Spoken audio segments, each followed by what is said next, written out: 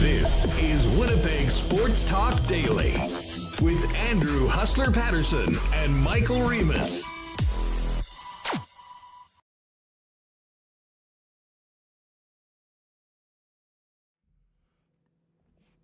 Hey, what's up, everyone? Welcome to another edition of Winnipeg Sports Talk Daily. Huss and Reem with you for the next couple hours. Should be a fun show. We'll get ready for the week in the Canadian Football League and find out what is going on behind the scenes of the TSN broadcast during these epic rain and weather delays that Marshall Ferguson has been a part of. Ferg's going to join us coming up in the first segment. We'll also get his thoughts on the Alouettes and the Bombers heading into tomorrow night's tilt right here in the Peg at IG Field. And then a little off-season puck talk with Murat of The Athletic, who will be joining us. And later on, I promised that with NFL season right around the corner, we'd start talking a little more NFL and a little more fantasy football. And the unbridled, unmatched energy of my pal Andy McNamara will join us a little later on. We'll get his thoughts on his Browns going into the season and, maybe a little insight for those of you that are going to be drafting in the next couple of weeks before NFL kickoff between the Lions and Chiefs, September 7th, raising a banner at Arrowhead Stadium. We will get to a big Jays win last night as well, right off the top, and more. Just before we bring in Michael Remis and get things going, welcome to everyone that's watching on YouTube right now. If you haven't already, make sure you've hit that red button and subscribe to the YouTube channel and check us out on podcast wherever you find your favorite pods. Search Winnipeg Sports Talk, and a special welcome to all the podcast listeners who are making WST a part of their day. Can't do it without the sponsors that power WST every day. Huge thanks to Coolbet Canada, Princess Auto, as well as Canadian Club, Manitoba Battery, Aquatech, Modern Man Barbershop, Vita Health, Wallace & Wallace, F Apparel, Nick and Nicky DQ, Consolidated Supply, Boston Pizza and Royal Sports, Little Brown Jug, Aikens Lake, Breezy Bend, the Winnipeg Gold Eyes back in action tonight, and of course, Assiniboia Downs with more live racing tonight to finish out the Monday, Tuesday, Wednesday schedule. Michael Remis, what is up? Counting down here. We're getting ready for this Bomber game tomorrow. Depth chart coming out. No surprise that Zach Collaros he's officially there as the starter, but I'm feeling good, Huss. As you know, I celebrated on Twitter yesterday the 4-year anniversary of the 80-yard classic between the Packers and the Raiders here, so it's put me in a good mood. I don't know why that would put me in a good mood, but you're asking me how I'm doing. I don't know. I'm feeling okay here on a Wednesday.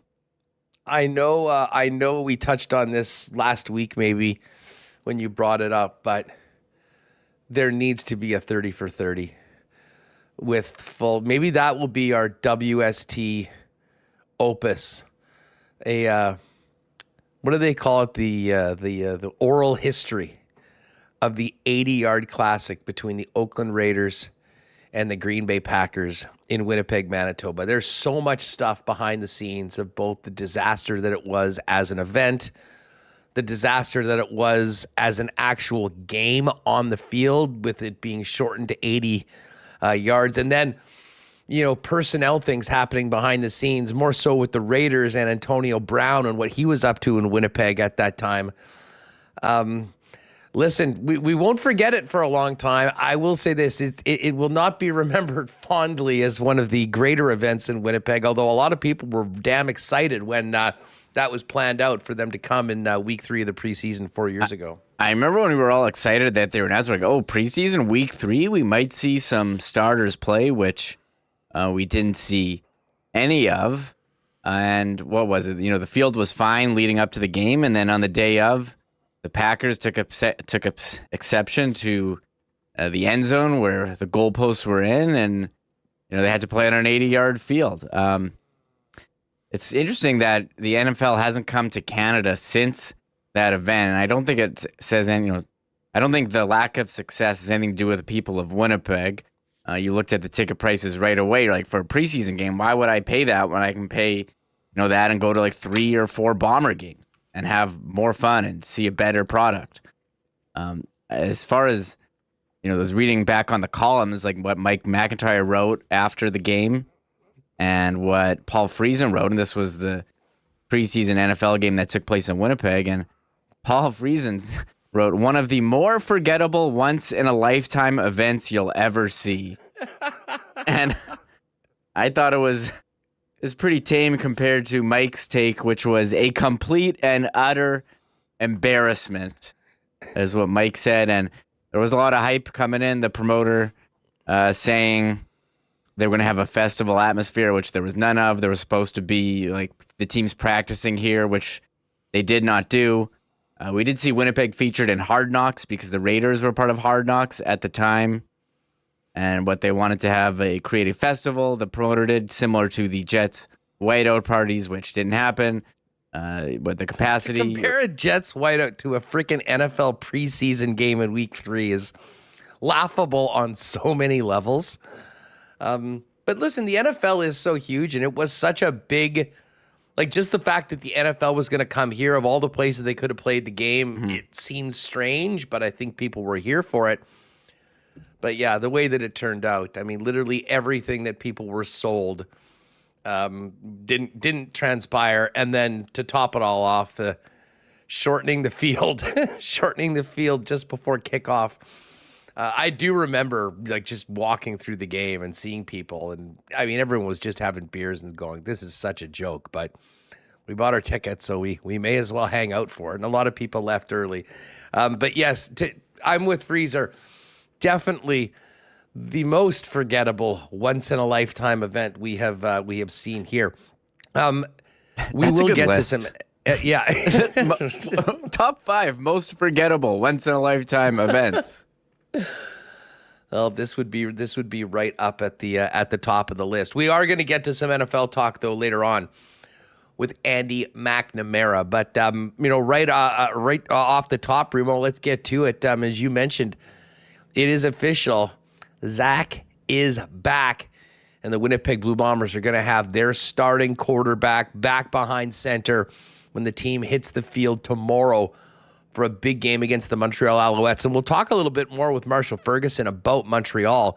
He's seen quite a bit of them doing out east. And of course, he did the game between the Bombers and Montreal earlier on this year when the Bombers were coming off that embarrassing loss at home to the British Columbia Lions. And that was a game which also did feature one of the Marshall specials, an extended rain delay. But that was a game where, I mean, the offense didn't have to do much.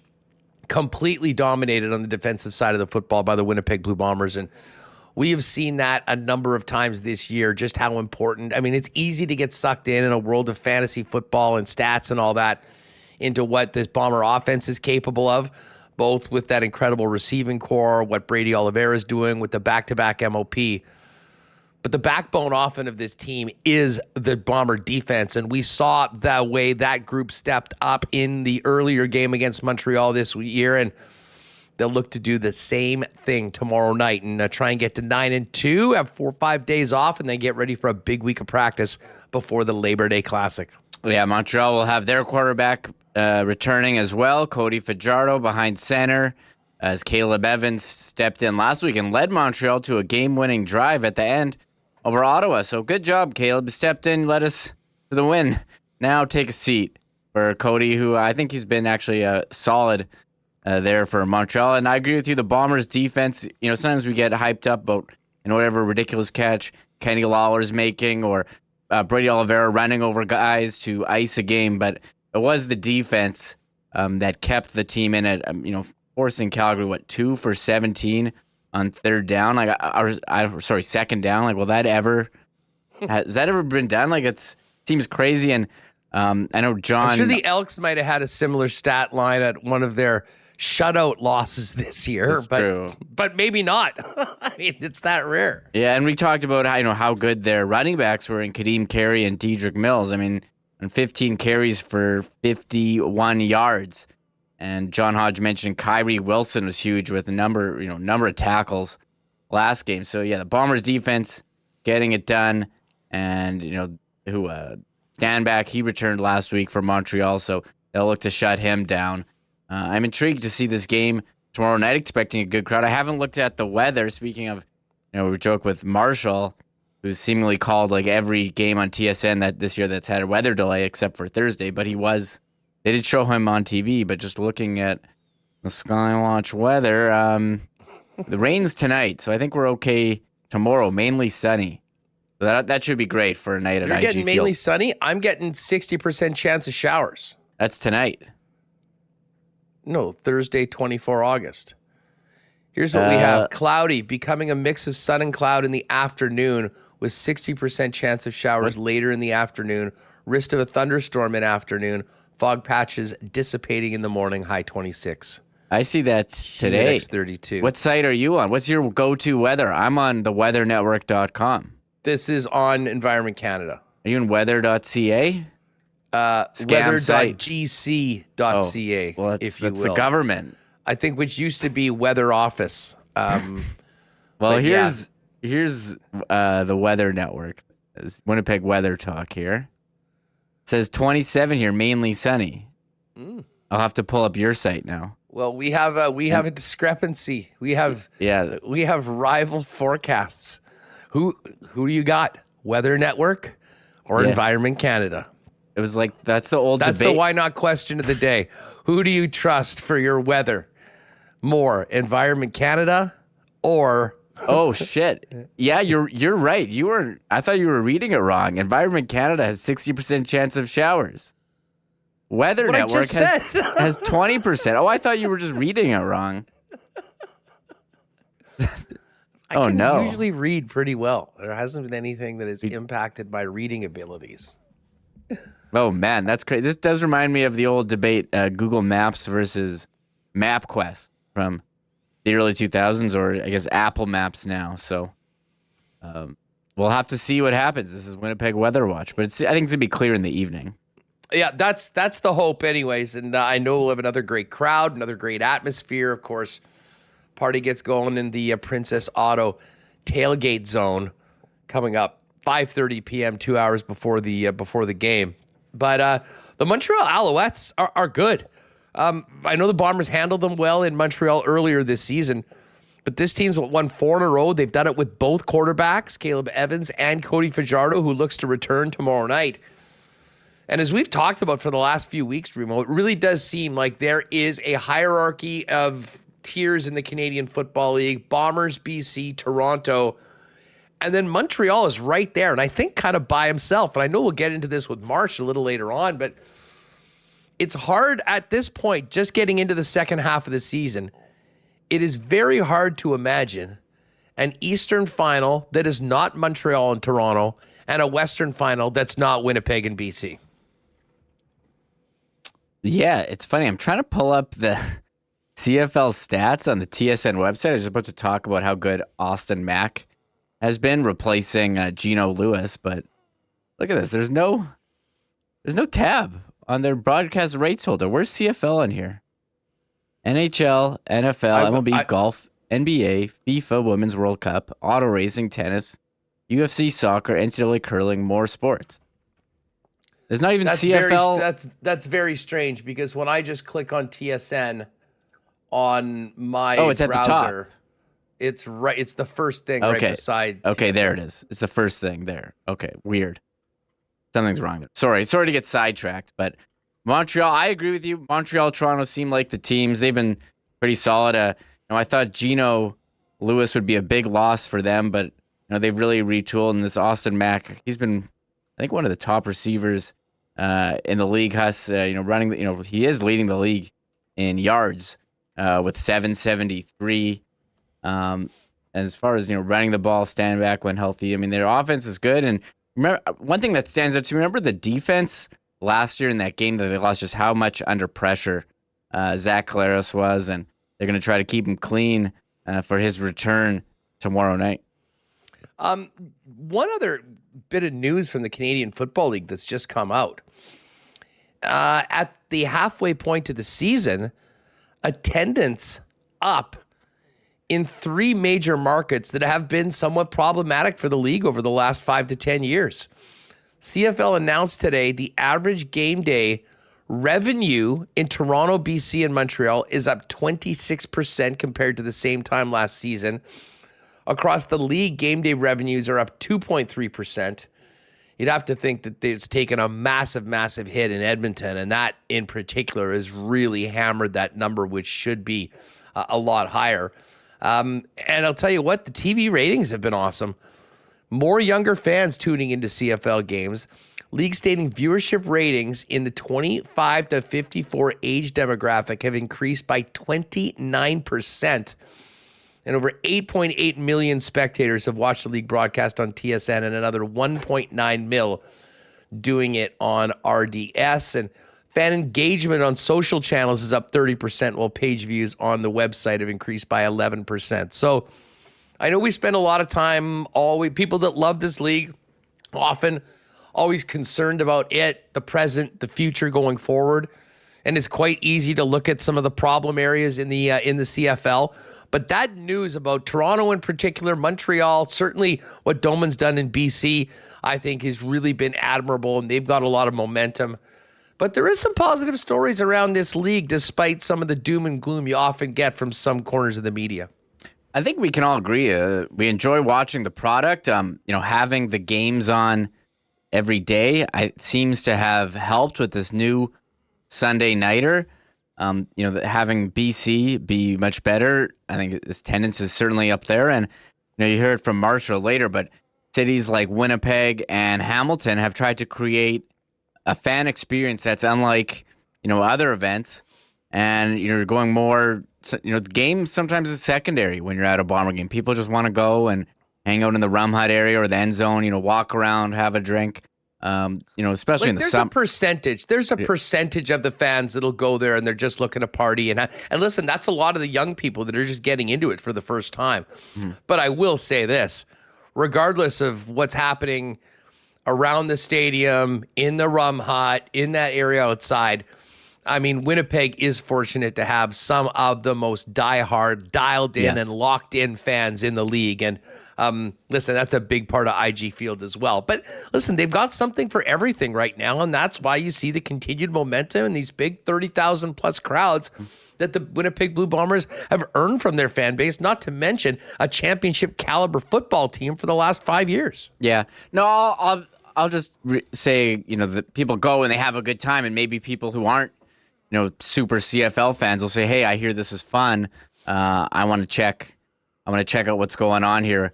With the Bombers, and I agree. I mean, huge diehard, passionate football fans, and nice to see hearing these numbers from the CFL that they are having a successful season. Yeah. So listen, we're gonna get into some CFL talk. We'll find out what happens behind the scenes when these epic weather delays happen on TSN. We'll also talk a little bit about tomorrow's opponent, the Montreal Alouettes, and get Marshall's Ferguson's thoughts on the Winnipeg Blue Bombers on top of the Canadian Football League and the Western Division right now. We will get into some off-season Jets talk with Murat after Marshall joins us, and then a little preseason NFL chat with Andy McNamara to help us get ready for some fantasy football drafts in the upcoming NFL season. But Remo, and I think we're going to be doing a lot more of this over the course of the next 6 weeks or so, is living and dying with every inning and every game of the Toronto Blue Jays season. And Kikuchi was on the mound last night. I did think he got the hook a little early, but the bullpen came in, with the exception of Yimi Garcia, who gave up that run in the 5th inning to tie it, held it down. Trevor Richards was awesome. It was really an all-hands-on-deck performance by the Jays bullpen. I think about 5 or 6 guys had a piece of it. And then a big top of the 10th for the Blue Jays, and they get the first game of this huge series against the Baltimore Orioles. and hang in there right on the cusp of a wild card spot in an incredibly tight race, along with the Astros, along with the the Mariners, and the Tampa Bay Rays, who are the number one team. This is exactly, I think, what Major League Baseball was hoping when they went to this playoff format. A lot of teams in, excitement every night, not just for the 2 or 3 teams that previously would have had a chance at a division title. It's absolutely crazy, this baseball right now. Every single night, you can separate yourself, but Tampa winning yesterday, Seattle on an absolute tear, Houston winning. I mean, look at all these teams here. They're all on win streaks, and they're all, Houston, Seattle, Toronto, all within a game of each other, 1.5 games. So very tight, and even Houston and Seattle in the West, they're right there with Texas. So Texas is right there as well, and for the wild card mix if Houston and Seattle catch them. So for Toronto yesterday, you get nervous when Baltimore brings out their closer, Felix Bautista, who's like 6'7" and throws over 100, but they're able to get through the next inning. Who was it? Meza, pitched. He didn't allow any runs, and Jordan Romano locked down the save. 31 saves, Huss. He came in scoreless inning, no hits, 2 strikeouts, and it was Brandon Belt with the big bomb there in the 10th inning. A nice pickup for him. They needed a left-handed bat. He certainly provided the power this year. A nice 845 OPS, only .003 behind Bichette. So that shows you how good he's been this year. Yeah, it's funny you mentioned Belt. I mean, I was out in Toronto doing the Princess Auto curling event and doing the shows from there. It happened to be the first homestand of the season for the Blue Jays. And I got out to, I think, 3 games that week. And the one thing I remember Brandon Belt was he looked absolutely lost at the plate. I mean, wasn't even coming close to making contact. He was getting pinch hit for. He's completely turned it around. And, listen, he's got a .255 average, which is not great, but his OBP is .372. And to compare it, like Bo Bichette has a .319 batting average, which is awesome, but only a .350 on base percentage. So he's been taking walks, he's been finding a way to get it, and then when he makes contact, he has the ability to knock it out of the park, and that's exactly what he did last night. And, the power, I don't think there's a 20-homer guy on the Jays right now, which is a little strange when you think of the makeup of this team. But honestly, right now, the strength of the Blue Jays and why I think that you have to, if you are a Blue Jays fan, you got to feel pretty excited and optimistic about what's to come, is their starting pitching has been absolutely lights out. And, with Bassett doing what he's done, obviously Gosman's had an unbelievable season.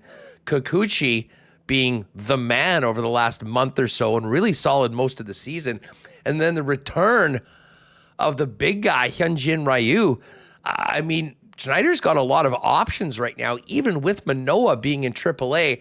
And then the bullpen right now is downright scary. And when you get to Jordan Romano, it's lights out. So, I mean, this team has been hurt by a couple things this year. Number one, they've been brutal in their own division. Their division record is just so ugly. I mean, if that was even 500, they're in first place right now. So you have to think that maybe turns around. I think the team's set up better than they've been at any point this year. Great start to this series against the Orioles. You got your ace Gosman on the hill tonight. This could be a point of the year where the Jays, I'm hoping the Jays really get it together and, have a lot of momentum heading into first and foremost, locking down a playoff spot and then being a real tough out for whoever they face come October. Yeah, their starting pitching, I think 1, 2, 3 would be very strong in a playoff series. And you mentioned Brandon Belt. The power has really taken off here in the second half of the year. Just quickly, he played 61 games in the first half, only 6 homers. He's played 28 in the second half. He's got 8. He's got more in less than half the games. And his OPS way up, all the numbers way up for him in the second half. And that was a big hit yesterday to go ahead of Baltimore, who they're at the top of they're the top of the East, and Tampa is chasing them. They've got a 2-game win streak. So we're going to be checking these standings every day. We do have to mention the East. How about the New York Yankees, Huss? Historic 9-game losing streak. And it was on this show yesterday where we looked at the numbers like, oh, yeah, we were laughing at the Nats and we're saying, hey, they've actually been pretty good lately. New York on the losing streak, and it did continue 9 games. That's the longest, I think, third longest losing streak in Yankees history. First time since 1982, a 9-game losing streak for them. They suck. And I don't think anyone is crying any tears about them. When you think, I don't know what the combined payrolls of the Yankees and the Mets were going into this season, but it was astronomical. And the Mets are a complete embarrassment, ended up having a fire sale at the deadline. And the Yankees now find themselves 5 games below 500. And they've got Luis Severino on the hill tonight, who I believe is 2-8 with a 7.98 ERA to avoid losing 10 in a row. Amazing Boone still has his job, but that's where they're at right now heading into it tonight. Yeah, this is the 4th longest losing streak in Yankees history. They haven't lost 10 in a row since 1913, which is a long time ago. Hustler, that's 110 years. And you do wonder if they would have front office changes. Brian Cashman, he's been there for a long time. And being a front office changes, we did see the White Sox making some big changes, firing a longtime GM, Kenny Williams, yesterday. So the Yankees, it is enjoyable seeing them fall on their face. I know there's a lot of Yankee haters out there, and it is amazing how you can spend so much money on a team like the Mets and be terrible and get all these, and the Padres too. Hasn't worked out for them, and curious what happens with the Yankees. Yeah, and then you got teams like the Rays, and Baltimore for that matter. The thing is with Baltimore, they had to bottom out and be like an all-time bad team for a few years to get all this young talent that is now bearing fruit for their squad tonight. Just after 6 p.m., Gosman on the hill for the Jays. We'll touch on that later on in the Coolbet Lines. But we're going to get to some CFL talk before Murat of The Athletic joins us to talk Jets in the off-season. Before we do that, big show to our friends at Modern Man Barber Shop. Little helmet reduction for the kid last night. Great experience as always. Modern Man conveniently located with 8 locations around the city of Winnipeg. And it was so easy. I actually just figured out, I was doing it a little bit on short notice. So I did what I tell you all to do. I just simply went to modernmanbarber.com and booked my look. Ended up going over to the tuxedo spot. So shout out to the ladies there who took very good care of me. 8 locations in Winnipeg and a growing location list featuring haircuts, beard shaping, shaves, color services, and more. Book your look via modernmanbarber.com and give them a follow on Instagram at Modern Man Barber Shops. And hey, still a little bit of time left in summer. Still time to make 2023 the year you take the plunge with Aquatech and design your own custom pool. Of course, it's not just pools, but home renovations start with Aquatech as well. With thousands of rentals as their foundation, let Aquatech upgrade any space in your home. Brought to you by Aquatech with limited install dates left. Visit Aquatech in-store or online to learn how they can make your in-ground or above-ground pool dreams a reality. More information available right now at aqua-tech.ca. Yeah, another big weekend coming up, and then the Labor Day weekend, which sort of wraps up summer. Still a lot of time to get outside and make the most of the weather and the time we've got before the snow flies, folks. And to do that, you're going to want to make sure that you're covered with all your battery needs. And when it comes to batteries in this city and province, there's only one place to go. That's Manitoba Battery down on Logan Avenue.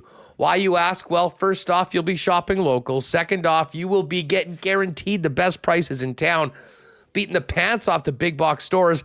And to make it even better, the most convenient purchasing experience around, as Donnie and his gang will deliver the batteries to you anywhere in the city of Winnipeg for free with any purchase of $60 or more. It's really that easy. Head on down to manitobabattery.com. Check out everything you need. You can order there. You can also give them a phone call and order directly over the phone. And if you want to pop in and see the magic happen in person, pop down to 1026 Logan Avenue. Say hi to Donnie and the gang and tell them the boys at Winnipeg Sports Talk sent you. And hey, tomorrow, game day.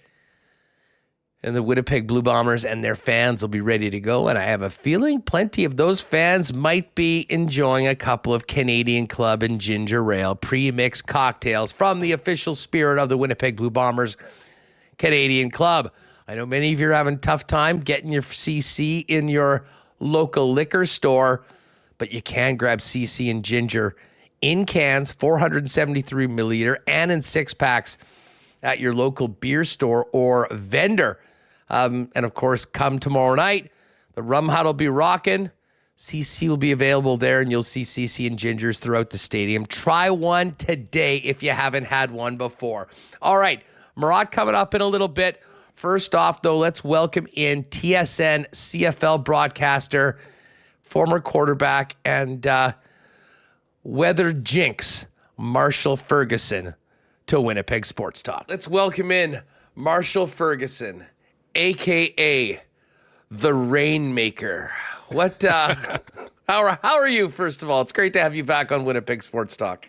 Thank you for having me, Hustler. I don't know if you can still see it. When I first hopped on, my shirt was a little bit more wet. It's actually pouring rain in Hamilton right now as I sat down to have this conversation with you. So, yeah, I don't know what it is, man. I want to say it's been following me around, but I think if you're following any of the news, you realize that the atmosphere is just holding more moisture and that there's more rainstorms in a lot of places. Unfortunately, some places aren't getting any rain and are going through some fires that are ravaging different parts of the country and even in the United States. But yeah, everywhere I go, it seems to rain, and I'm not even sure it's a me problem anymore. I feel like this is just kind of the way that the weather is trending, but whatever, I'm okay with it. Well, it's fascinating from a viewer's perspective, but I did, before we kind of get into the upcoming week and everything happening in the CFL, people would be really interested to know, like, what's happening for you and what's happening behind the scenes when you guys get the word that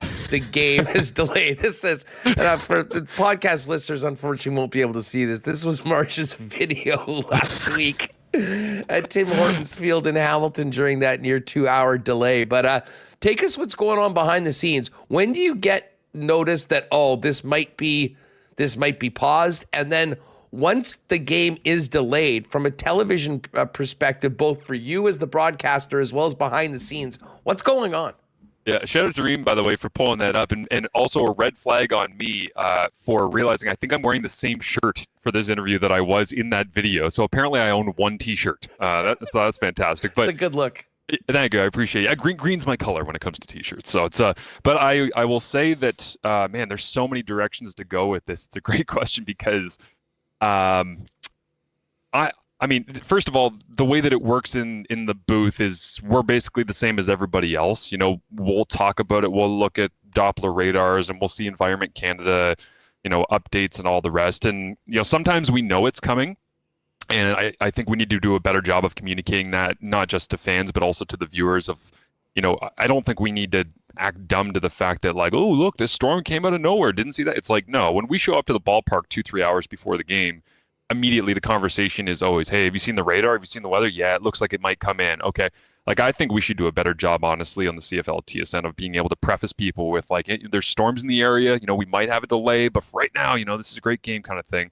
The way we get it is that basically the command center is in the ear of our producer and our director. And as soon as the command center gets word from whether it's football operations on site or otherwise, that there's going to be a delay, the producer goes, hey guys, yep, the teams are going to get off the field. And then basically within 5 seconds, it gets communicated from command to producer to us. And about 5 seconds later, you'll hear an official blow the whistle or something will come onto the PA system and say, hey, we need fans to please quietly and carefully get into the concourse area. There's lightning in the area. Throughout the day leading up to the game, I don't know if people really understand this process. There's emails that get circulated from the CFL Football Operations Department in conjunction with Environment Canada. And that's not just lightning events. That is smoke in the area. That is air quality. That is literally anything that could affect the game or put people at risk is a constant communication on game day. And it's just a thread of emails that are going from all people in all different departments to make sure, okay, is this good? What does it look like? I mean, even the Ottawa game in Saskatchewan that I called, couple weeks ago on the Sunday night, which was an awesome back and forth game, and Brett Lather plays the hero in that one with a late field goal. Right before kickoff, we're talking to people that are in and around the area, and it's like, yeah, the wind changed direction and the air quality is getting worse right now. And we're like, are we going to play this thing? They're like, I don't know. It's at like a 7. They're like, if it goes to an 8, questionable. If it goes to a 9, we can't play. And, you know, it's kind of like the elephant in the room where everybody's looking around. They're like, there's a lot of smoke. Like, you know, my lungs don't feel great. This isn't great for the players. This isn't great for the fans. And it's like, but we got to kickoff, and then the temperatures cooled down and the wind changed direction and everything was fine. It was like it never even affected the game. So the thing that I found really interesting about not, you know, my next job clearly is as a weatherman, because I could talk about this stuff forever. But the thing I found interesting about Thursday and the delay that we had most recently between Hamilton and Edmonton was that if it's pouring rain, that's not a problem, right? That's football weather. Is you play in crazy torrential downpours. It was kind of extraordinary circumstances in Hamilton where all day long it was like, this storm is going to hit. We know it's going to hit, but the rain is going to be the front end of it, and it's going to be hellacious. And as you can see from the video that you guys put up there, when the rain came, it was crazy. But the lightning didn't happen right away. The more interesting part of this to me is that as you have more weather events, especially in the summer months, we're going to have more of these delays. And I don't know whether that leads to a bumping up of kickoff times in order to make room for these games to be able to get played, or how that's going to affect the actual scheduling of CFL games moving forward. What I do know is that an average quarter in the CFL takes somewhere between 35 and 45 minutes to be able to get it played. A CFL game, if it cannot be restarted after a 3-hour delay, is official as wins and losses after the midway point of the third quarter. I don't know if a lot of people understand this. Like, when you're sitting in the stands, the second that the game crosses the 7 minutes and 30-second mark of the third quarter, that game is now official. Like, if an asteroid hits the field, if it's beyond 7:30 in the third quarter, that's official. That's a win. That's a loss. You can move forward. Right at the start of halftime, I had somebody come up to me and say, hey, the game's going to be delayed here in Hamilton on Thursday night. And I'm looking up and I'm like, I can see stars. Like, it's clear skies. And they're like, yeah, but it's coming in. It's coming in. I'm like, okay, well, how soon? So I pull out my phone. You know, people watching the CFL TSN might have seen me like scrolling through my phone. I wasn't answering tweets and texts. I was literally looking at the weather and trying to figure out, when is this coming and why are we not playing right now? And I was in the tunnel talking to Trey Ford, and he's like, dude, we could have got this in. Like, we didn't need to wait for the rain to come and then the lightning and then have the delay. So we were all kind of like, if it takes 35 to 45 minutes to play a quarter, that means you need 20 to 25 minutes in order to get to that 7:30 mark, where then if it's a bad enough delay, you can say, okay, this one's over. Sorry, everybody. You didn't get as much football as you wanted. But honestly, who wanted to watch that game after the delay? It sucked. Well, I mean, I talked about this, the last couple days. The respect I have for those Ticats fans that braved that near 2-hour delay only to sit back and watch their team lose to an 0-9 Elks outfit. Borderline crazy for sure, but I mean, every team would love to have people with that much passion that was behind their team. That being said, what's happening in Hamilton right now, Marsh, is all caps ugly. Yep. And what's the aftermath around that loss in particular in the market? I think it's funny you mentioned that weather delayed game on the Thursday night and people staying, because they've created such a social environment around Tiger Cats games that when lightning delays or weather delays happen in Hamilton, it's a great excuse for everybody to go up into the concourse where there's a DJ and there's the bar and there's the, you know, the bench brewing area. They've done an amazing job of being able to create this kind of like entertainment village to the point where people are almost so distracted, it feels like in game, even if it's nice weather, that you don't have the craziest, most locked in fan environment. Like I honestly feel as though Ottawa and Montreal, I think in the East, have the most dialed in living and dying with every single moment in the game. Toronto as well, but they just have less people that are in the stands typically than a lot of those other places. So the the aftermath of that, I think a lot of people on Thursday night were just like, wow, that was a weird one. We had a lot of fun. We listened to the DJ. We killed 2 hours, because I can honestly tell you, whether it was the Caretakers Club that you see the Tiger Cats walk out of with the smoke and threw everybody through there with their player introductions, or the opposite side of the stadium. Like, if you've ever been to Tim Hortons Field during a weather delay, that place is friggin' rowdy. It's great. And I'm not saying that like Winnipeg's not with the rum hut and everything else. Like, I know people like to have a good time during these delays, but it's almost like people got so distracted by just having a good time, which maybe is to the credit of the Tiger Cats and Tim Hortons Field staff. But after the game, it was obviously like, what the hell was that? But in the moment, it felt like everybody was just kind of like, hey, I got to go out and have a big social Thursday night, and the weather just made it 2 hours worth of fun with my friends.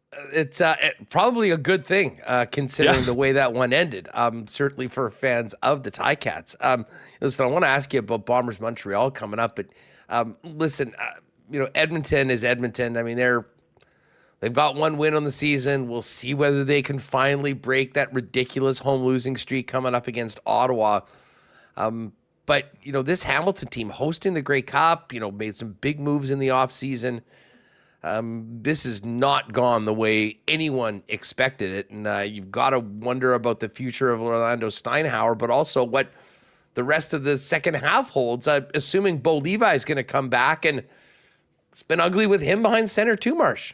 Yeah, and it's confusing because, you've got Tommy Condell, who I think a lot of people believe was going to be a very good match with Bo Levi. I certainly did going into the season. And then the injury happens in his first, game on the road at Toronto, and then he comes back from that, and there's the embarrassing situation that goes down in Ottawa. It's honestly been a collection of just, it's almost like if you're in the organization, you basically just laugh to prevent yourself from crying at this point in the quarterback situation. Taylor Powell's done what he can on short notice given the circumstances after Matthew Schultz went down, but like, I don't think you've seen enough from Powell to want to keep him in that driver's seat moving forward. Like, if Bo's healthy, Bo's got to come back. Like, Bo's got to try and salvage this thing for them, because he still gives you, I think, the best chance to win, regardless of what he's shown throughout the beginning of the season, including the 5 interception game at Ottawa, where he ends up getting injured at the end and then going back on the 6th game. So, I think it's been a pretty painful one for a lot of reasons. The defense isn't where I thought they would be.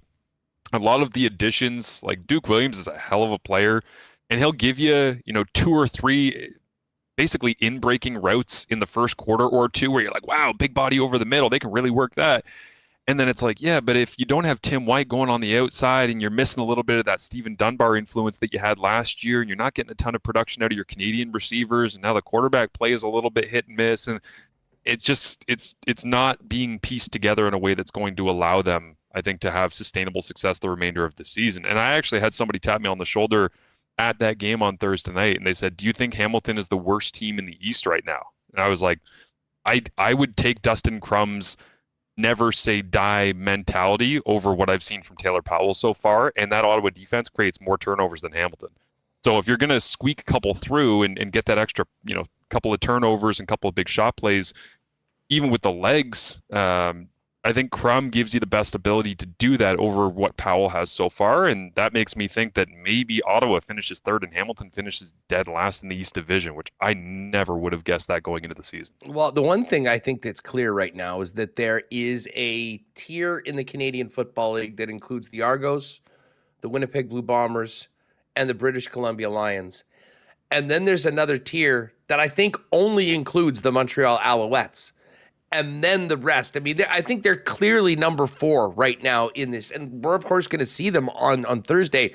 You have seen them quite a bit. You will be seeing them quite a bit, doing so many games out in the East, Marsh.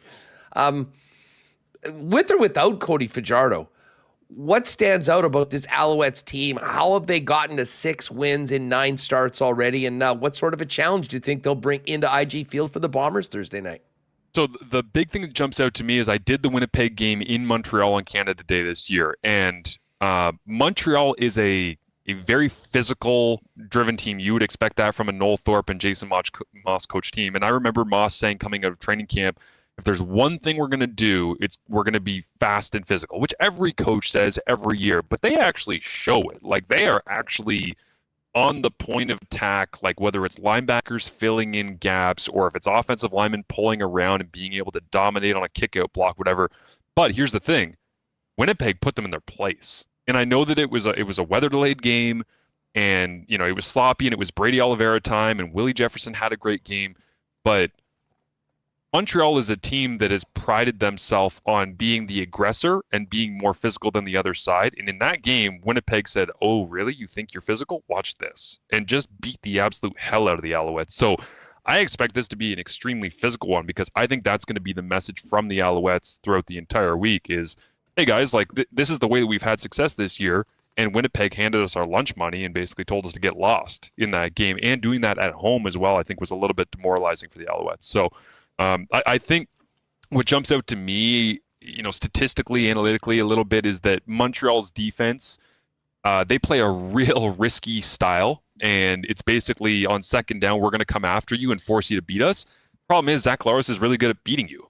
Like, Zach Collaros is the one who will make you pay, and Dalton Schoen down the field is the one who is going to catch the home run ball. And so for Montreal to basically stay in this game, it's like you've got to stay latched on early, and you also have to not give up the shot plays that Winnipeg got against BC at home in that message-sending game. And then if you can survive the first quarter and be in it, you can establish a little bit of your ground game. You can get, whether it's Cody or Caleb Evans, going and have high completion percentage, because they started the year pass efficiency far and away the best team in the CFL. And that was all Jason Moss and Anthony Calvillo cooking things up and just saying, how can we put our quarterback in the best situation possible? And they weren't even running the ball effectively at the start of the year, and they were getting wins. That was shocking to me, because I thought they were going to be a run-first team. But it was all passing efficiency. It was smart throws, and it was the emergence of Austin Mack as well.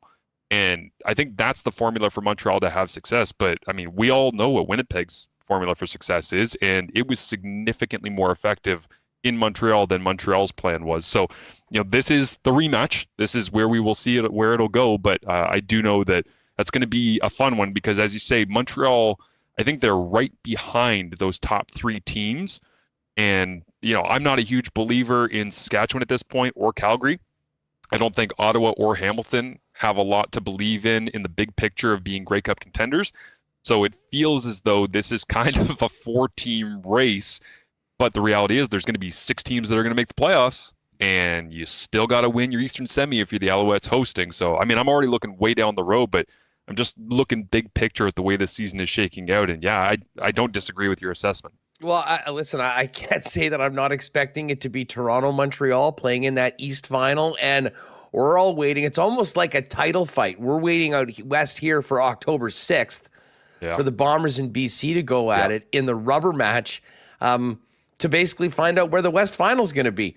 Although, you know, the Bombers do have that one-game cushion right now, and if the BC Lions were to falter, the Bombers were to get another one, then they'd have a bit of a cushion. But because they're 1-1 right now, I mean, as long as they're one game on either side of those two teams, that game is going to be first place, and it should be really good. Marsha, I always like picking your brain on quarterback play, and I know you've been focused in on the East, but you're watching all of the games. What were your takeaways from what we saw from Drew Brown in the comeback against the Elks, coming in down 22-0, and then as a starter after a week with the Ones, a more pedestrian performance, but still not turning the ball over and finding a way, not throwing any picks and finding a way to win? Yeah, that's more than you can say for a lot of the younger guys that have come in and played in spot duty this year. And Drew isn't, I mean, he's a younger guy, but his experience in the CFL, I think, this is something I talk about with Dwayne Ford all the time off air, you know, when we're just in, you know, Ubers to and from the stadium or all the rest. It's like quarterback development. How do you find the next guys that are going to go ahead and make plays for you, be the face of your franchise, and be the type of player like Zach Collaros was, where he's in Toronto, but everybody knows that guy has a future in the Canadian Football League, whether it's in Hamilton, Saskatchewan, Winnipeg, whatever.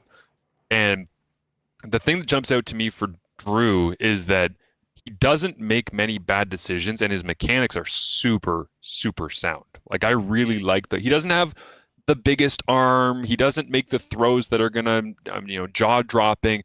But the Calgary Stampeders have lost 2 games this year where the only touchdown scored has been a pick six given up by Jake Mayer.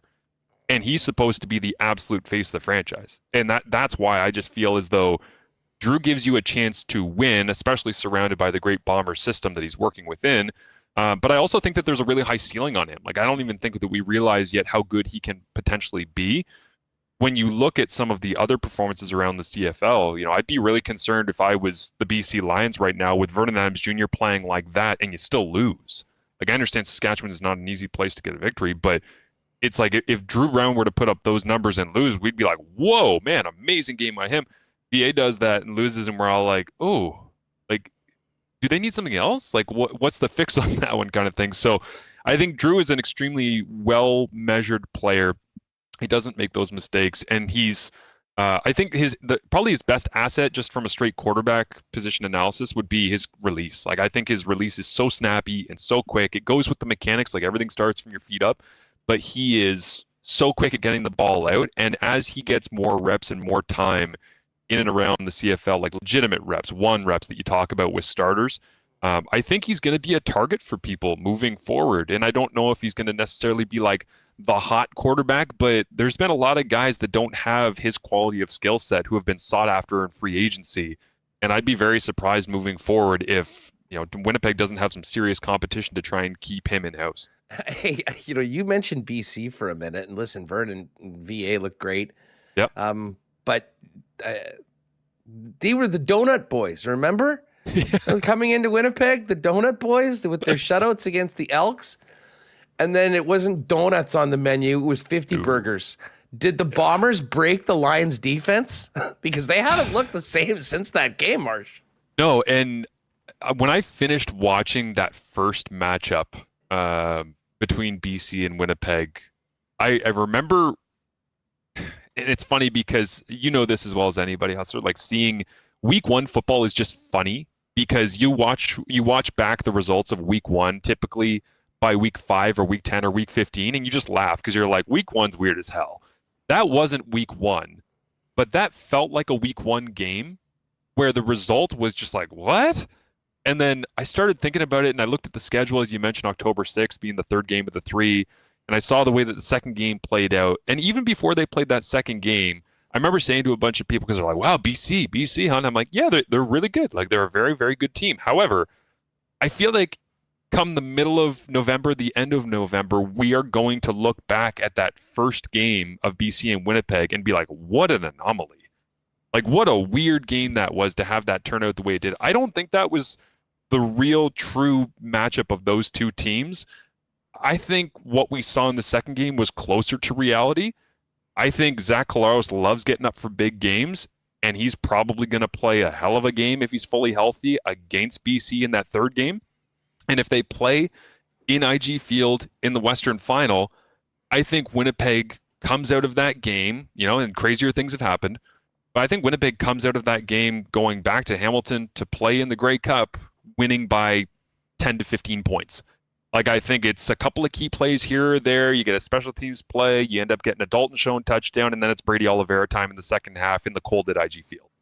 So I just look back at that as, when that happens, if that happens in the Western Final, you'll throw on the tape of a hot, sweaty night at IG Field from way back when early in the season, and you'll just be like, how? How did that happen? But that's why the CFL, I think, is so great, is you get to see these teams play each other so many times throughout the year, and you end up having these matchups that kind of crystallize as the year goes on to the point where you get to the playoffs and you say, well, in round 1 it was this, in round 2 it was that, in round 3 it was this, here we go, round 4, playoffs for a chance to go to the Grey Cup.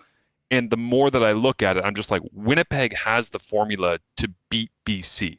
And the Lions are a really good team. That just tells you how good Winnipeg is and has been. Winnipeg is going to get everybody's best punch the entire year. They have for years now. At some point, that's going to break. At some point, somebody's going to overtake them.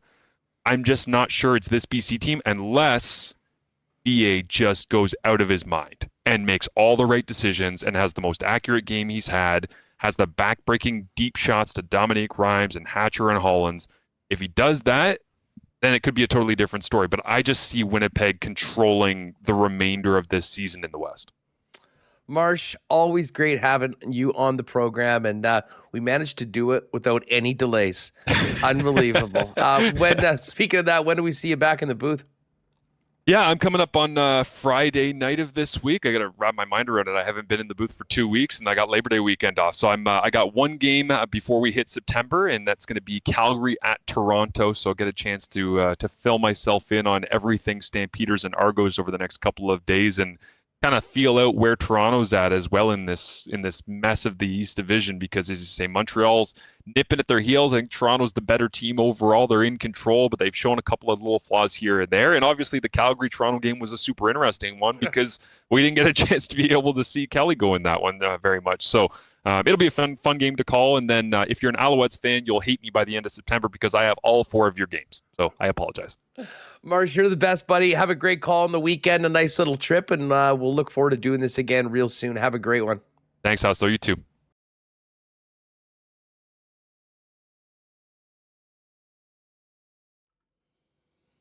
All right, good stuff with Marsh. CFL week kicks off tomorrow night right here in Winnipeg, 7:30 Bombers. And Alouettes. Murat of The Athletic coming up in just a moment. Do want to thank our friends at Vita Health Fresh Market, who, of course, have great prices on natural and organic supplements, beauty products, groceries, including those delicious grass-fed bison and beef steaks for your grill, and online delivery online ordering with citywide delivery over at myvita.ca. If you have been active, I hope you have been this summer, if your joints and muscles are sore, try taking Health Curcumin Supreme Extra Strength. It helps ease pain and inflammation, and you only take it once a day. Just an example of one of the many products available at your local Vita Health Fresh Market, family owned since 1936 in the PEG, empowering people to lead healthy lives. 6 Winnipeg locations and online at myvita.ca. Our friends in Wallace & Wallace are the go-to people for your fencing and overhead door needs. Speaking of do it for a long time, they've been serving residential and commercial customers since 1946 here in Winnipeg as the leaders. If you need the security and protection of a new fence, Wallace are the experts with vinyl, ornamental, welded wire, chain link, or wood fences. And if it's time to replace your garage door, they've got Winnipeg's largest selection of overhead garage doors as well. Simply give them a call at 452-2700. The Wallace & Wallace team will arrange a time to come out and give you a free estimate. You can also visit them at wallacefences.com or pop down to their showroom on Lawson Crescent, just off of Kenaston. Fellas, how's your closet looking as we get into fall? If you need to upgrade your menswear, there's only one place to go. That's F Apparel at 190 Smith Street downtown. Custom suits beginning at $400, along with chinos, golf pants, custom shirts, both tucked and untucked styles, and an incredible selection of menswear accessories. Having a wedding or in a wedding party? Talk to the guys down at F about a 15% discount for the entire wedding party when you get your suits through F Apparel. 190 Smith Street downtown. Make an appointment or check them out online at that's EPHapparel.com. And a big shout out to Nick and Nikki DQ. Not the nicest day of the summer, but it's always a great day to get down to Nick and Nikki for one of those delicious summer blizzard flavors, ice cream treats, maybe a peanut butter parfait, and don't sleep on those stack burgers either. 4 locations: DQ Northgate, DQ Polo Park, DQ St. Anne's, and the DQ in Niverville.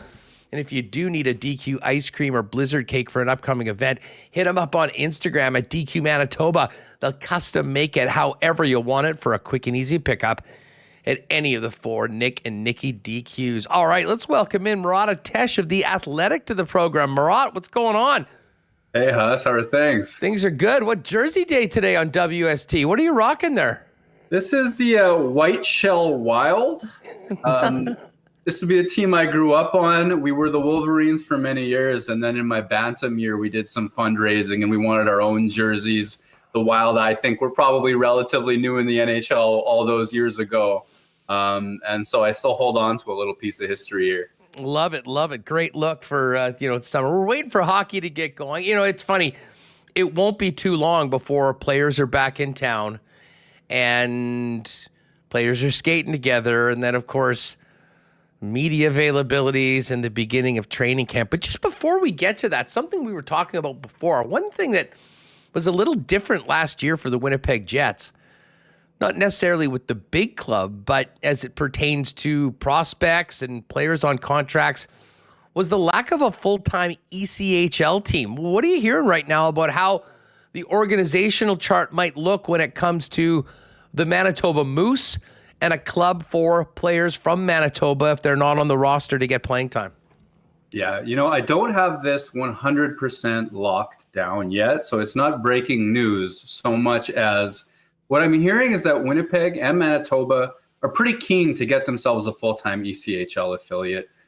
They did send a few players to the Newfoundland Growlers last year and the year before, but that was a very good Growlers team who was actually affiliated with Toronto. So if you're going to the conference finals in the ECHL, you're going deep in the playoffs, and you got Toronto breathing down your neck, are you going to give prime minutes to Toronto Maple Leafs and Marlies prospects or Manitoba Moose? And I think that Craig Heisinger, who's GM of the Moose, and the organization at large has been looking for a way to do a full-time ECHL affiliate. And I think that that's going to come to fruition by the end of summer, that it's going to get announced in the next week or so. And that Winnipeg's going to have some more control over its prospects again, which I think we can get into this too, like is going to be an important thing for them this year. Well, and when I think of the East Coast League, the one area that it seems to be particularly important is goaltending prospects. And, for the Jets right now with DiVincentis and Thomas Milic, now DiVincentis will be back in the Ontario Hockey League, but I'm sure they'd love to have Milic play a ton. I'm not sure whether that is going to be with the Manitoba Moose. I mean, if he was able to carry that load, he is a little older than, most of the goaltenders as a 20-year-old last year would be great. But, for a young man that has played so much over the last few years, I think you really want to continue that. And if it's not the right fit situation to do it in the American League, to have your own team where you can sort of call the shots and have a young man like that get the majority of playing time, that's exactly the sort of situation you're talking about that wasn't there for Winnipeg last season. Exactly. And goaltending is going to be so critical for this organization moving forward. Thomas Milic is a great example. There are players, who have been important to Winnipeg and Manitoba in various degrees that have ECHL time that aren't goalies, like Jansen Harkins went all the way down to the ECHL before coming back and scoring that big goal for Winnipeg against Calgary in the play-in series. There are significant skaters, too, in the NHL. But if you look at a who's who of ECHL alumni who've made it to the NHL and made an impact, you're looking at goalies. And it's because teams have often found themselves in similar situations to the one that Winnipeg is in right now. So Thomas Vokoun, Tim Thomas, Braden Holtby. You got trophy winners, cup winners who have spent time in the East Coast League because their parent clubs have been busy in terms of who's got the depth chart occupied at the pro level or at the NHL level and AHL level. ECHL is obviously pro. So if you look at Winnipeg this year, Connor Hellebuck is the story of the season. He's starting the season with Laurent Brossoit. Moved Delia down to the AHL. Oskari Salminen has AHL experience. If they don't want to carry three goalies, then you need a spot for Thomas Milic, assuming that he signs and all goes well, as I think that it will. And like you say, you want the Jets and Moose to have an influence over where a goalie like that plays, how often they play. You don't want a guy with his pedigree sitting behind a career minor leaguer who happens to have an affiliation with another team. And I'm not saying that would have happened again if Winnipeg re-upped with Newfoundland or what have you. I'm just saying that Winnipeg would be in a much better situation, I think, if it had a full-time affiliate, and I think that's coming. And Thomas Milic is the perfect guy to use as an example of who should probably benefit from that a lot. Yeah, how just while we're talking goaltending for a minute, is Delia an NHL insurance policy that likely plays at the AHL level? That's how I see it, but based on his track record, he seems to be at that perfect level of could fit either way. If for some reason Winnipeg traded Connor Hellebuck without getting a goalie back and Laurent Brossoit was trusted to take Winnipeg's net, Delia has enough NHL experience where you could see him as a backup. That's not the strongest tandem you've ever seen. Clearly, either Brossoit is playing amazing or things have not gone the way the Jets have hoped, but you can imagine him because he has that pro experience, including NHL experience. But he's also the sort of guy that you think would get through waivers and be a veteran presence for an AHL team, and he's done that before too. So in terms of like getting a goalie at the right tier to make both things possible, I think the Jets did well with him. All right. Speaking of goalies, there's one that will be the center of attention when training camp comes. There's certainly one forward in Mark Scheifele, who I think will be, let's just say there'll be plenty of questions for those two. How do you foresee, if nothing changes and we just fast forward to the beginning of training camp and everyone's here with the club, no extensions, anything like that, how do you see those first days going? In particular, those two players meeting with the media, and I guess for each of them, what do you expect, or what would be in their best interest to sort of, how do they handle this? Because I'd say this is uncharted territory for both of the players, and it's certainly uncharted territory for this team and organization to be in the spot that they're in, with both guys staring unrestricted free agency in the face at the end of the year, with all the trade stuff that's been percolating over the last few months. Yeah, I think for Scheifele and Hellebuyck, the play is to go to the PR handbook and just talk about, hey, you know what? Let's focus on the ice. You know, we lost Wheels and Doobie, and we love those guys, but we've got some new guys on the roster, and if you look up and down this team, we've got depth at every position, and we're just here to win. And you get it, right? You can hear the hockey answer that comes from that, and I think that focusing and putting the focus on the season at hand and sort of more or less dodging and deflecting questions about their future would be the easiest thing to do if they were stubborn enough and willing to do it.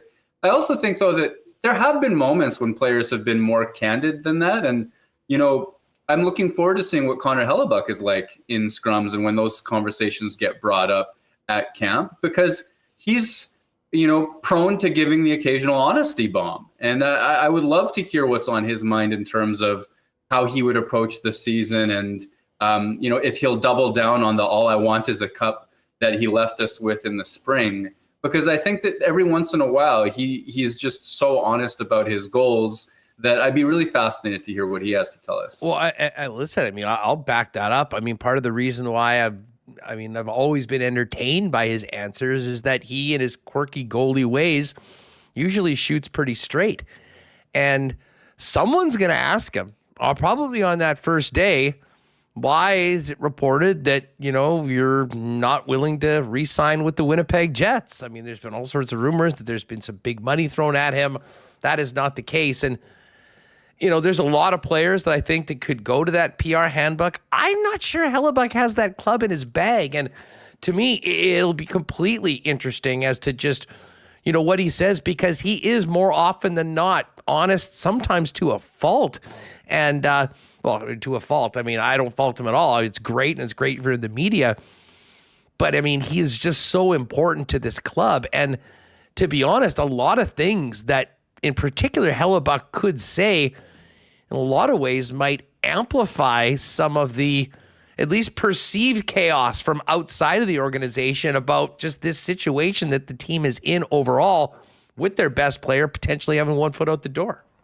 Yeah, if he talks in the sort of vein of like, hey, you know what, roster, all that stuff, that's beyond my control. I'm just here to play and help the team win this season. You can read a lot into that if he puts the focus on the short term. And, every now and again, these sorts of conversations do give us clues. Like even Kevin Cheveldayoff talking about signing Brossoit to be a tandem, talking about how Hellebuyck was made well aware of Brossoit's signing and all of that sort of stuff.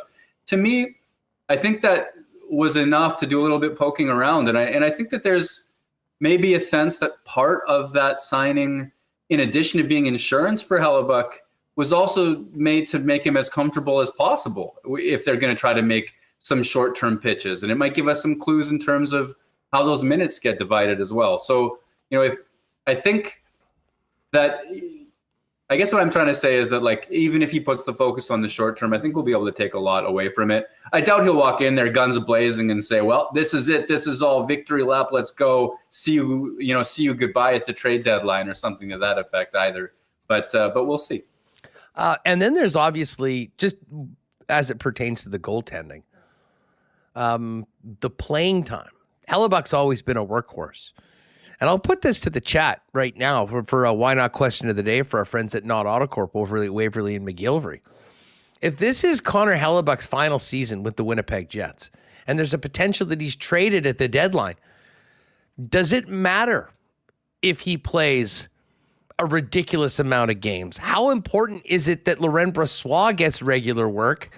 And Murat, is like, if you're Rick Bowness and you realize, I got one of the best goalies in the world, and I'm only going to have him for a few months, is there any incentive for them to give this guy a little bit more rest, a concept that a lot of people think might be better for the player down the road? But if there's not really much of a road beyond this season or the time that he's here, it doesn't matter. When you rent a car, do you beat it up? Is that what you're telling me? You're just flooring it at every intersection, driving it hard, putting some hard miles on it. Who cares? Forget about the oil. Like... I get that argument though. Like if you have both players and they're around for the long term, you want to keep Hellebuck rested. And when you have, perhaps the best goalie right now, Andrei Vasilevsky, if it's not Hellebuck or if it's not Saros or Sorokin, it's Vasilevsky. And he's talking about how all of the work he's gotten has slowed him down and has challenged him deep in seasons. Well, it's happening to Connor Hellebuck too. And one of the things that the Jets have frequently done, you've heard Bowness say this, you used to hear Maurice say this, like, I ask Connor how he's feeling, and if he says he's good, then we play him. And I don't think that that's a plan. I think that if you're looking long-term, you need to think about managing his minutes. And Winnipeg has been slower than most, possibly because they just have such faith in him, but slower than most to adapt to that workload argument. But if you know for a fact that he's, those hard miles are going to catch up with him for some other organization, and he's happy playing, which clearly he is, if Brossoit gives you any reason to doubt at all, like some past Jets backups have done, then you can floor it. And I think you can play Hellebuck as much because it keeps him happy. It keeps you in the win column probably. I see some room for that. Listen, when the chips are down, if this team is all about winning hockey games and doing what they can do to make the playoffs, we saw what happened at the end of last season when winning was absolutely crucial night after night after night. 37 was the first number on the game sheet from Rick Bowness every night. But I do wonder about Brossoit coming back here for his second stint. And I think that, especially with them sharing an agent, I think Lauren was quite cognizant of the fact that at some point this crease could be his. But as long as Hellebuck's still here, he will be the number one. What do you make of Brossoit's situation as currently constructed, and how important is it knowing that the future may include a lot more Brossoit than Hellebuck to keep him happy and to get him into games, obviously depending on how he plays, but more than maybe he had been or any Hellebuck backup had been in the past? Yeah, you know what? Maybe it's because we've talked about Hellebuck so much and he's such a focus and such an important player, but I'm almost more compelled by Laurent Brossoit this season because it's the ultimate show-me season if there ever was one. The guy has alternated great numbers with poor numbers over the course of his career. He's coming off of health concerns. At the same time, he's a Stanley Cup champion on the Vegas Golden Knights. And the last time he was in Winnipeg, his numbers were pretty good.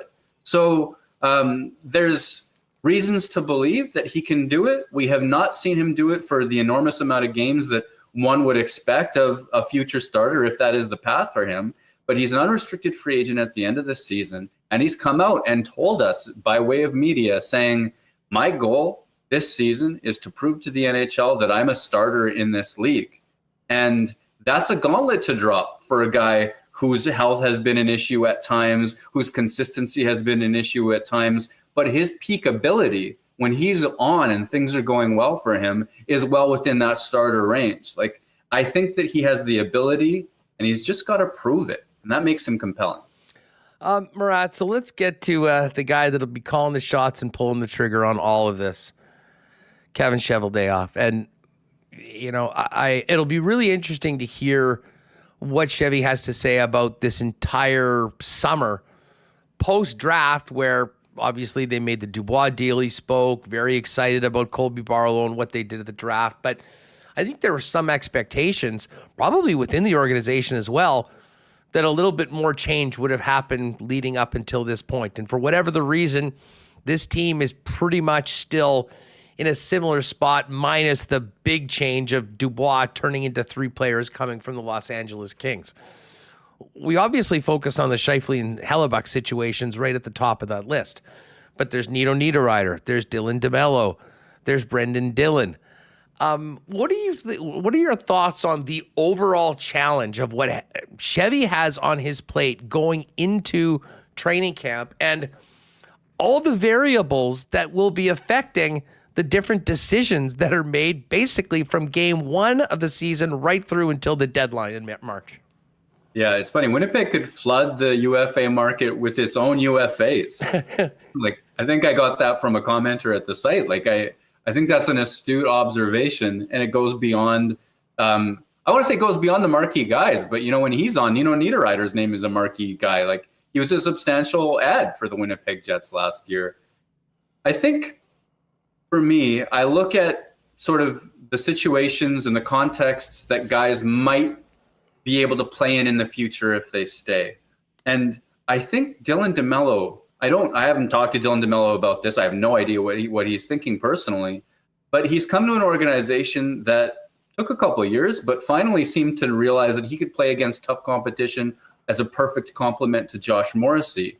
And I think as long as he's around, that's a great fit for him. That's a guaranteed top 4 role, some key PK minutes and things like that. Does the rest of the league value him that same way without big offensive numbers and those sorts of things? I think Winnipeg might be in a unique position to appreciate just how valuable he is. That's the sort of player I could imagine having value in terms of a re-sign situation. Brendan Dillon, from time to time, I hear about teams asking about him. I've heard a little bit more interest in terms of, just because he's big and plays this hard-nosed game at times that he'd be an ideal playoff ad for a lot of teams. And certainly his toughness down the stretch was appreciated last year. Those fights against Minnesota, for example. So I wonder if he'd be a pretty big draw UFA-wise for certain teams that think they're on the cusp. Nino Niederreiter, I think that will probably be about money in a way. And the reason I say that is because last time he hit the market was looking at extensions and things like that. I'm not sure that he got the money that he was hoping for or might command after a particularly big season. So if Winnipeg has it in the budget, maybe that's an opportunity. This is all me just thinking out loud. But one thing that we don't have amongst that group for me is an absolute surefire, this guy's gone. The way that I would have felt about Andrew Kopp once upon a time or Jacob Trouba or Pierre-Luc Dubois or something like that. I'm not necessarily sure that that's the case as many free agents as there are. What is Scheifele in that group?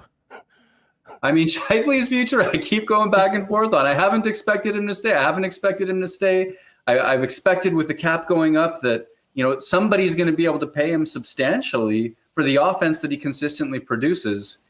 And maybe it's Winnipeg at this stage. They know what their center hole looks like if he's not playing on that team. But maybe it's a situation in his career where he's ready to see what else is out there as well. And the truth is, I've thought I've known before, but in this situation, I really do not know. It is. There's so many. There's so many unknowns about this season and like a terrible start could mean that by the middle of November, 3 of the 5 guys we've just talked about aren't members of the Winnipeg Jets. And a great start and a good sustained, few months that puts them into a real contending position in the Central Division could mean a quiet trade deadline and then a lot of cap space available come July 1st because there's a lot of guys off the roster. There's not really anything we can compare this to in certainly in Jets 2.0 history, which is why it's so interesting, but at the same time, uncharted. And I'll tell you what, there won't be many more interesting teams this year once we get to game number 1. Hell, even in training camp, Murat, around the league with the other 31. Yeah, absolutely. I want you to pick this apart if it's wrong and doesn't make sense, but it just comes to mind. I think we all assumed that Arizona would have a tough time doing anything as a franchise, playing in front of such a small crowd, as lively as college students could be.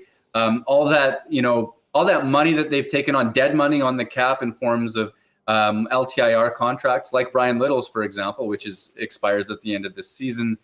And yet they've made some additions. They've made some signings. They've extended their coach this year. And all of a sudden you're beginning to think, well, hey, in a couple of years, they might be a reasonable team because they've been able to maybe not attract marquee players, but attract players to their organization. If Winnipeg loses all of those UFAs and has that opportunity cost and has a budget just at the time that the cap is going up and still wants to compete, the right signings could make the team competitive. And I spend time thinking, well, okay, look at Winnipeg's history. This is not a knock on the city. Look at the data. Winnipeg's UFA track record is not major. It absolutely isn't. You hear about the amount of no trade lists the city is on, but at the same time, if you can sell the right thing at the right time to the right player who needs an opportunity, maybe there is more reason to be optimistic about all that opportunity cost if it comes to it than maybe the stereotype would say. I'm not sure. Well, I'm here for that conversation because cap space, even with the cap going up, is one of the assets that can't just be manufactured. It can't be pulled out of the air. You can't draft and develop cap space. I mean, it is a real, tangible, measurable thing. And if next year the Winnipeg Jets are in a situation with plenty of openings and plenty of money, that Arizona comparison is interesting. Like, do I think they'll be signing guys to big money long-term deals? Probably not. But if they are going through a phase, Murat, where, the team could be contending, it could not be, a contract like the Matt Dumba deal, 1 year, whatever it was, $3.9 million, guys come in realizing that there's a chance that they could be dealt, and depending on what happens, then at least you're utilizing your cap space for something that's helping you on the ice while the players are there. And then you get to the trade deadline, you've got a number of options, because it is true. I mean, the most movable assets are the ones on expiring deals. And year after year after year, we always sit back on this program in our conversations going, wow, look at what that guy went for, basically for 6 weeks of his services and however many playoff games that they play. Yeah, and we've seen that to Winnipeg's benefit in Andrew Kopp, for example. What a trade return Winnipeg got for him. It happens. And I get into conversations with folks sometimes where the argument is weaponize cap space, use cap space as an advantage. And what does that look like? And maybe it does look like signing a player to a short-term deal, trading that player, getting an asset back. And sure, not every draft pick hits. We know what draft pick probability curves look like. Your average second rounder isn't becoming an NHL player, but if you bank enough of them, you bank enough of those things, and you believe in your program as Winnipeg does, someone eventually will hit. And I think that there is some appeal in that. The other thing that there could be appeal in is if there is that cap space at the right time and in the right moment, being a broker for trades as well, retaining salary for somebody else at the trade deadline, maybe next season or what have you, to acquire extra picks and that sort of thing. I think a big part of Winnipeg's future and success as an organization has to be drafting and development. Whatever you think the case is right now, I think there's an argument that since 2015, it hasn't been as elite as it was prior to that point. But it has to be a strength for the organization, and using cap space in creative ways could be a way to keep that pipeline running, with the most efficiency for an organization that needs it. Hey, Murat, one more thing I wanted to hit on with you. We were talking with Mike yesterday, McIntyre, about Cole Perfetti. And it got me thinking about, players that if they have a big season can help the team and can help themselves. We've talked, a lot about Neil Pionk, and I think Pionk, because of the role in his club, the amount that he plays, the level that we've seen play at times, as well as at the end of the season, if he could have a really strong season, I think that would be massive for Winnipeg and would help them in a huge way. Perfetti might be the most interesting player up front in that if he's able to fit in and produce consistently as a number 2 center, It's almost best case scenario for the Winnipeg Jets. But from a personal situation for Cole, you're going into the final year of your ELC, having had some injury levels. I mean, is there more at stake for anybody on this season individually looking ahead than Cole Perfetti? I mean, tough to imagine. Absolutely tough to imagine. You go through another half season, get hurt, show your incredible ability at certain times, but then end up with underwhelming numbers at the end of the season. And you're looking at a bridge deal for not very much money, and who knows what the future holds. You've sort of missed an opportunity to make good on your pedigree, your ability, your offensive skill, your vision, all of those sorts of things.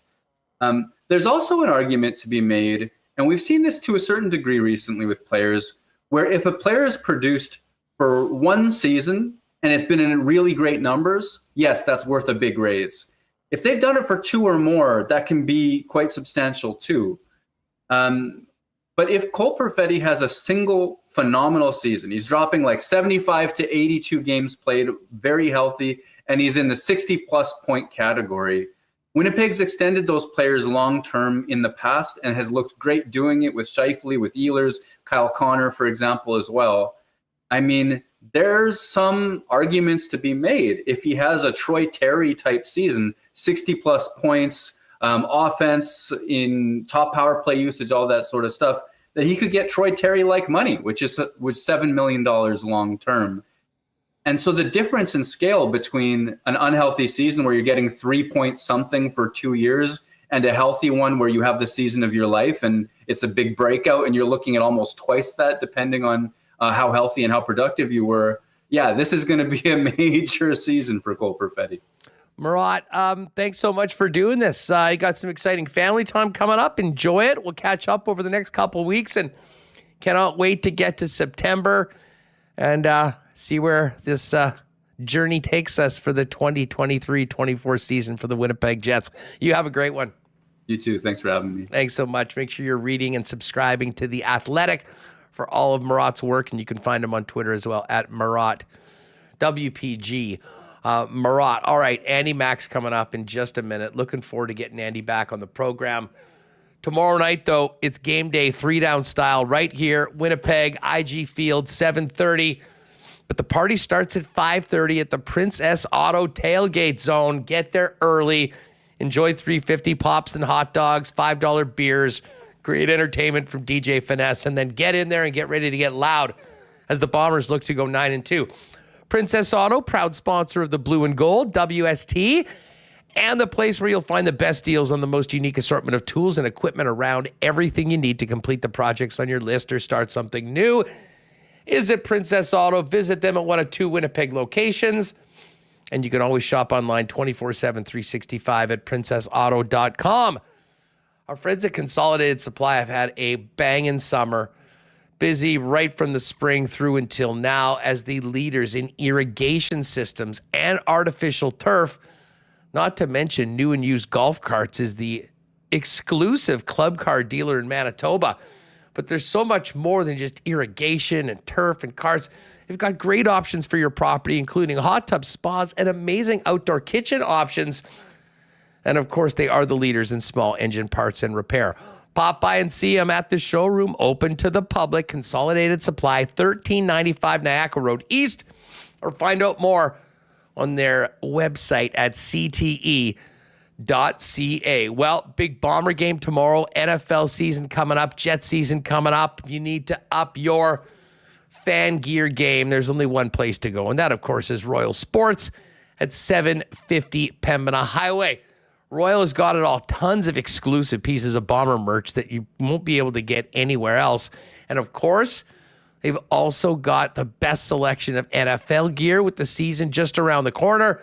And of course, thousands of pieces of Winnipeg Jets merchandise as well.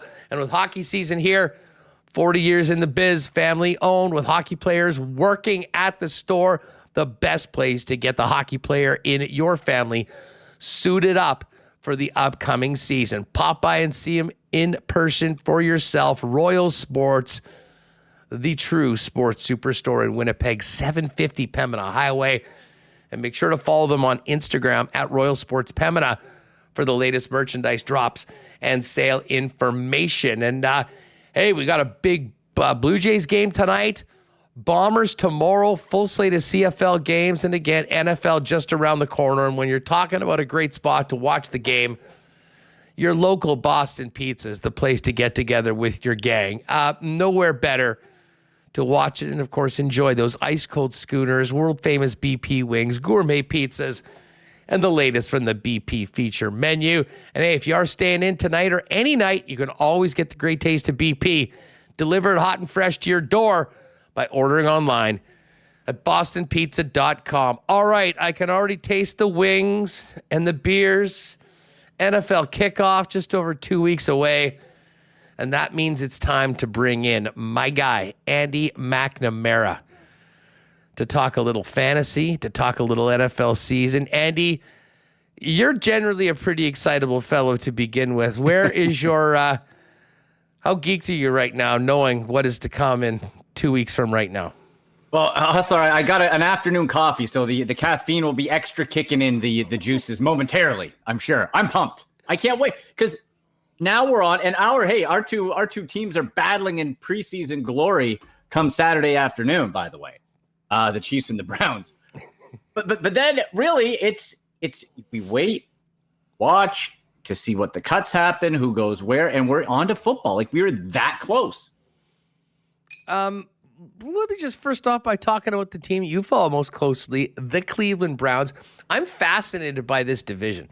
I think like the AFC East is wild with the Jets getting Aaron Rodgers, the Dolphins being stacked, the Bills being the Bills, and the New England Patriots, despite a rough year, I think still having a lot of talent on their team.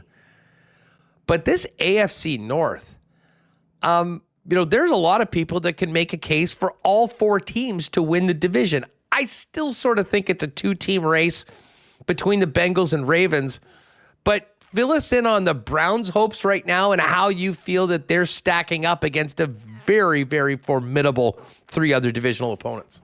Well, you're right. And this division, Huss, I think is going to really cannibalize each other. So it wouldn't surprise me at all if you see the winner of this division come out at 10-7, 11-6, and only one team makes the playoffs. Because this AFC, this conference is stacked. We're going to see really good teams, at least one not make the playoffs. It could come out of the AFC North.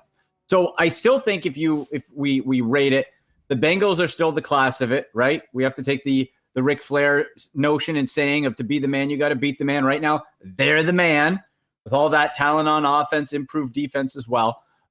Then I think it's wide open with the Steelers being at the bottom. Huss, I'm just not buying Kenny Pickett. I'm not.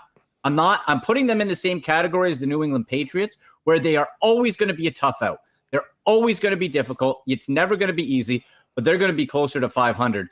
And then the Browns and Ravens, I think, are that next tier to see, you get a bounce or two. Can you challenge the Bengals for that division? Yeah, I actually think the Ravens can. It was amazing. We were doing lock shot picks, just looking at some futures. And the Ravens win total is 10.5. So the over 10.5, which would be an 11-win season, is like even money. It was plus 102. And I'm like, I kind of think that they can do that. But to be honest, if they win 11 games, I think they win the division. So I think you're far better off throwing a sprinkle down on Ravens plus 230 to win the division as opposed to over on that 11 number. But this Ravens team is going to be different. A healthy, signed Lamar Jackson without all of the drama that was happening in the background last year. Another weapon or two for him as well. And a defense that's always legit. And a hell of a good coach in John Harbaugh. I mean, to me, that probably is the team that is best suited to challenge Cincinnati. I guess the big question is, does the Orlando Browns signing improve that offensive line and the left tackle side enough that Joe Burrow can really do what he does best, and that's distribute the football as well as just about anybody in the NFL? Yeah. All right, well, let's start with the Ravens here, Huss. And look, you're right that the drama with Lamar is gone. But did they add a whole bunch of other drama with Odell Beckham Jr. and Jadeveon Clowney, two former Browns, and you want drama? Oh, baby. Let me ask you this.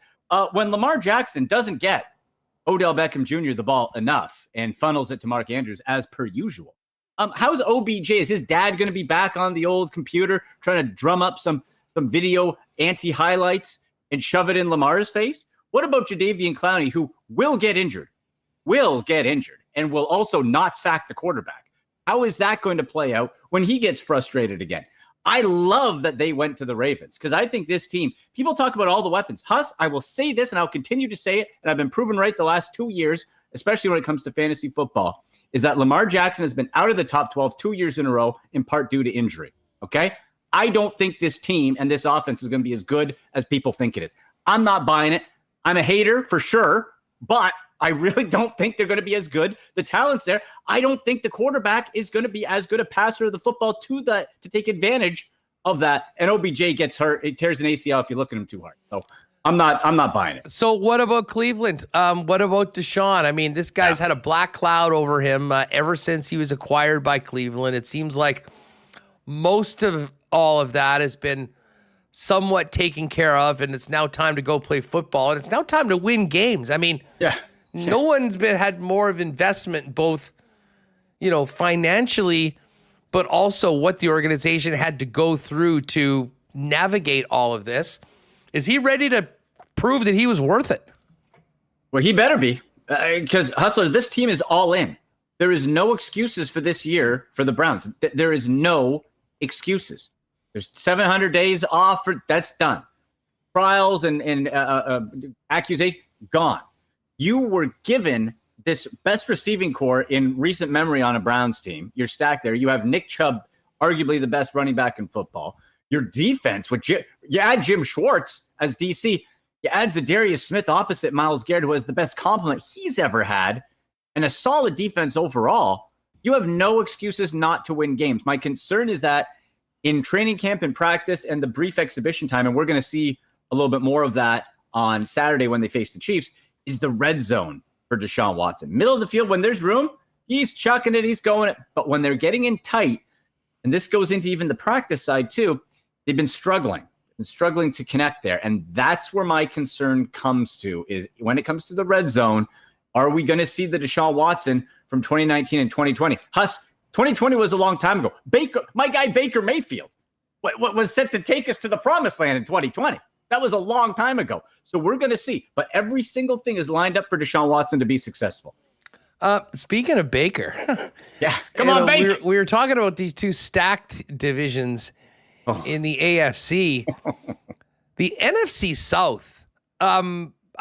Listen, I think the Saints have made some moves, including getting a legitimate starting quarterback in Carr in there that, probably make them the favorite right now.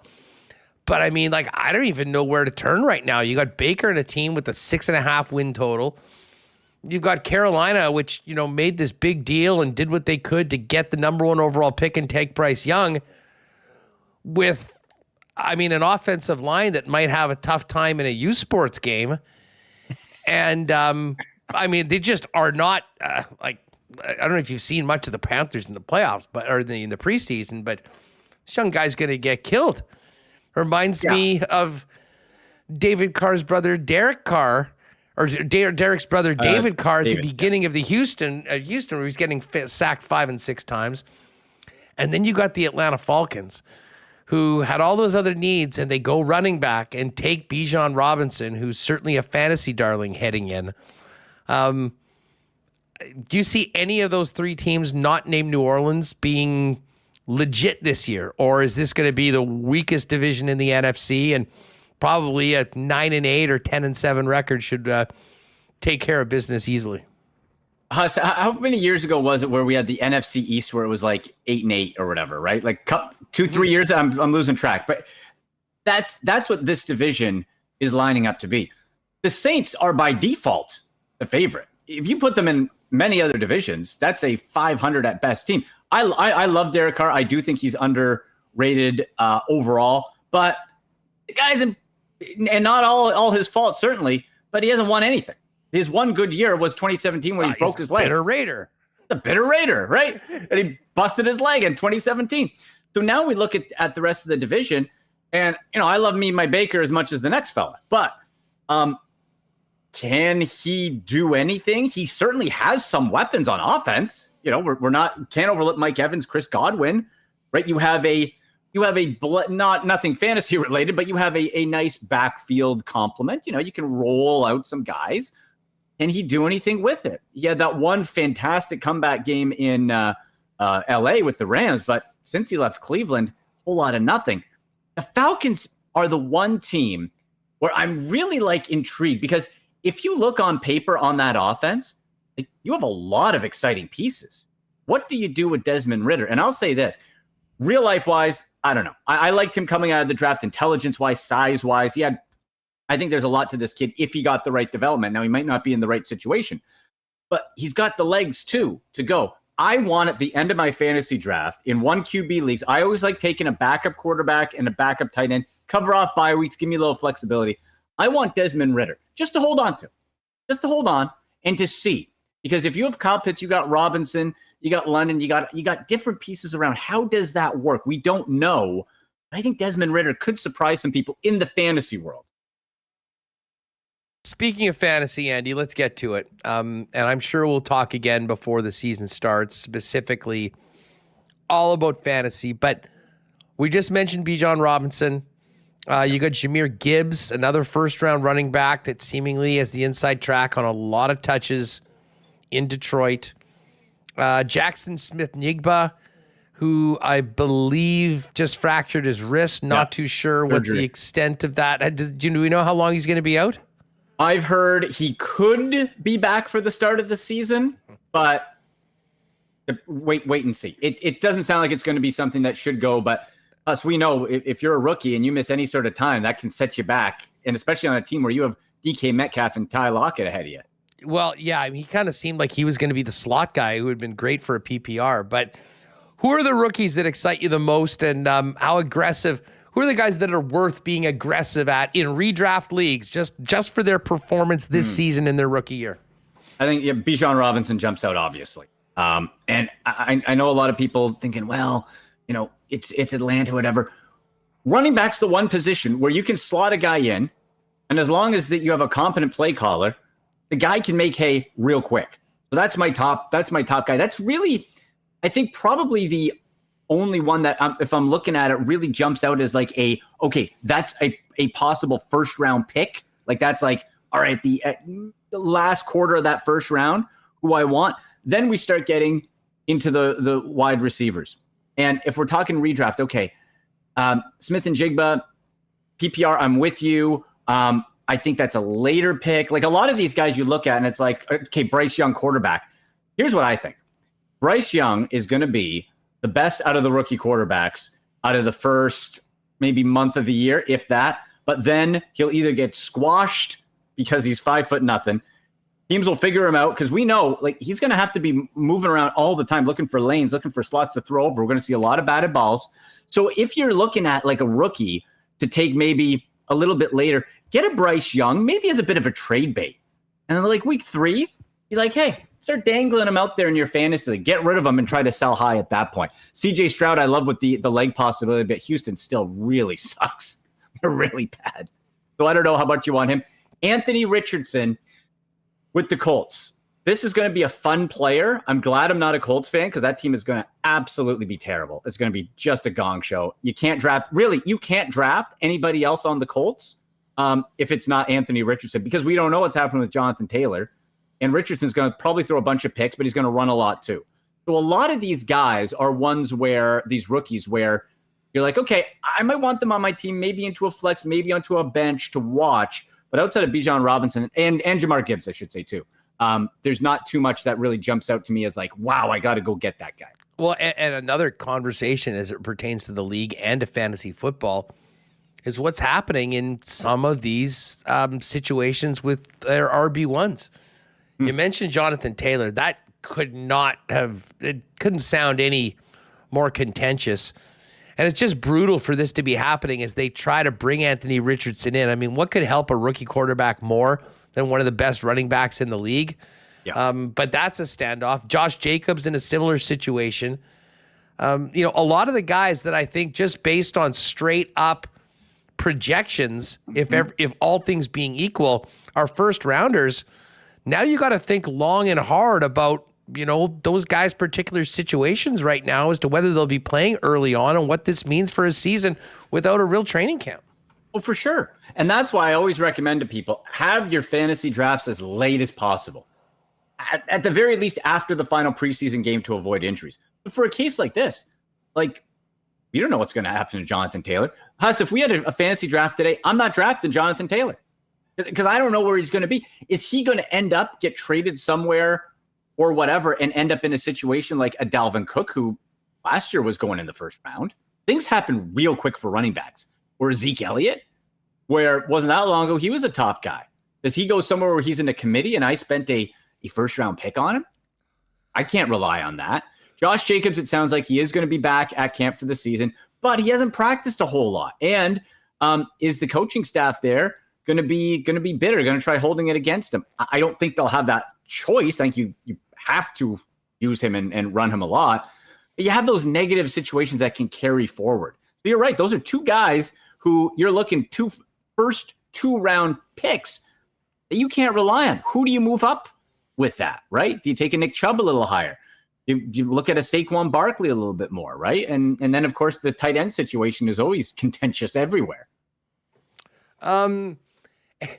Andy, every year when it comes to drafts, we see just different trends. For a while, your first round in standard leagues was, if you're at 10 teams, it might be 10 running backs coming off the board.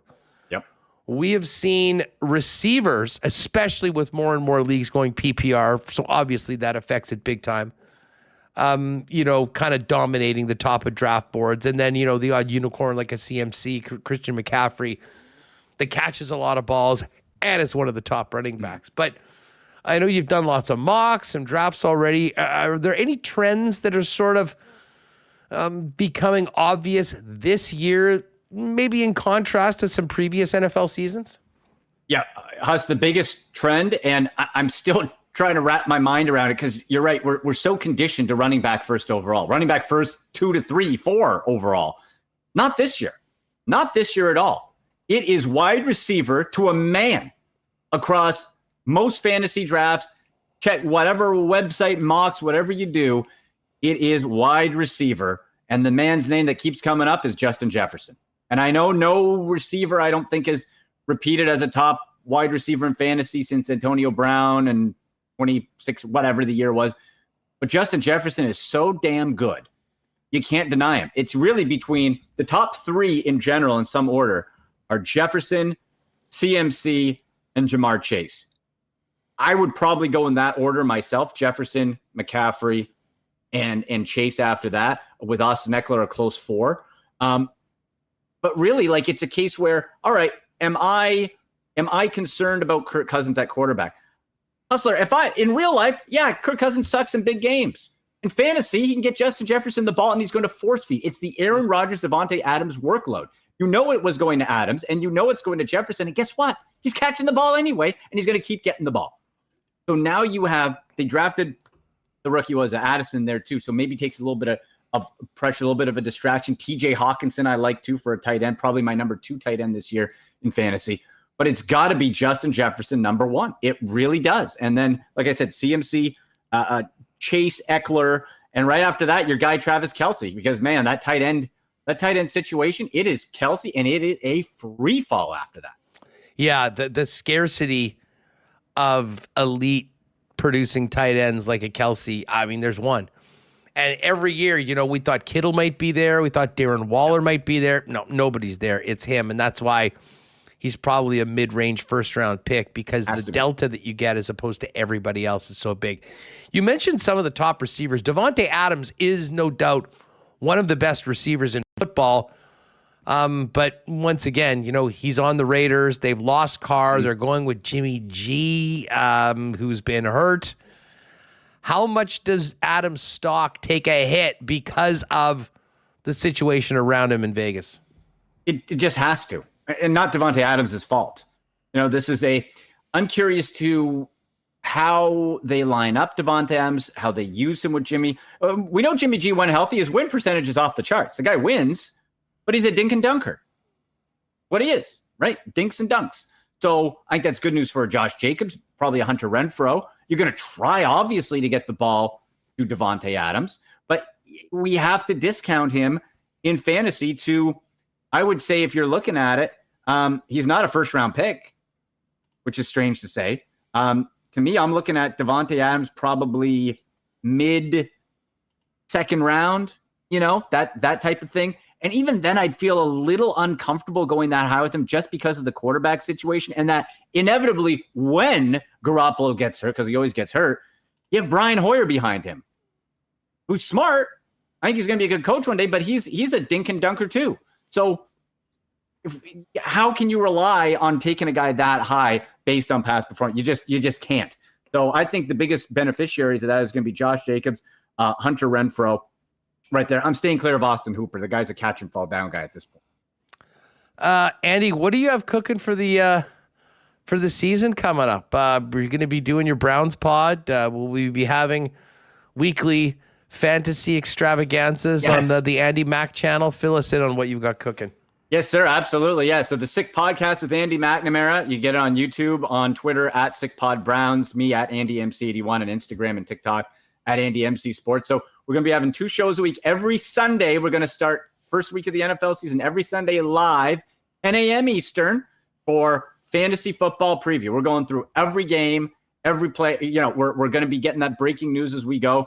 And if you're a Browns fan, of course, we'll be talking a little Browns too, but it's going to be heavy fantasy football and some betting talk too, getting ready for the Sunday, and then a reaction show probably on Monday or Tuesday off of the Browns game. And we'll be doing some waiver wire Wednesday looks coming up to that point as well. So lots of fantasy, but the big show is going to be every Sunday morning, 10 a.m. Eastern, live, and you can jump in and talk to us live.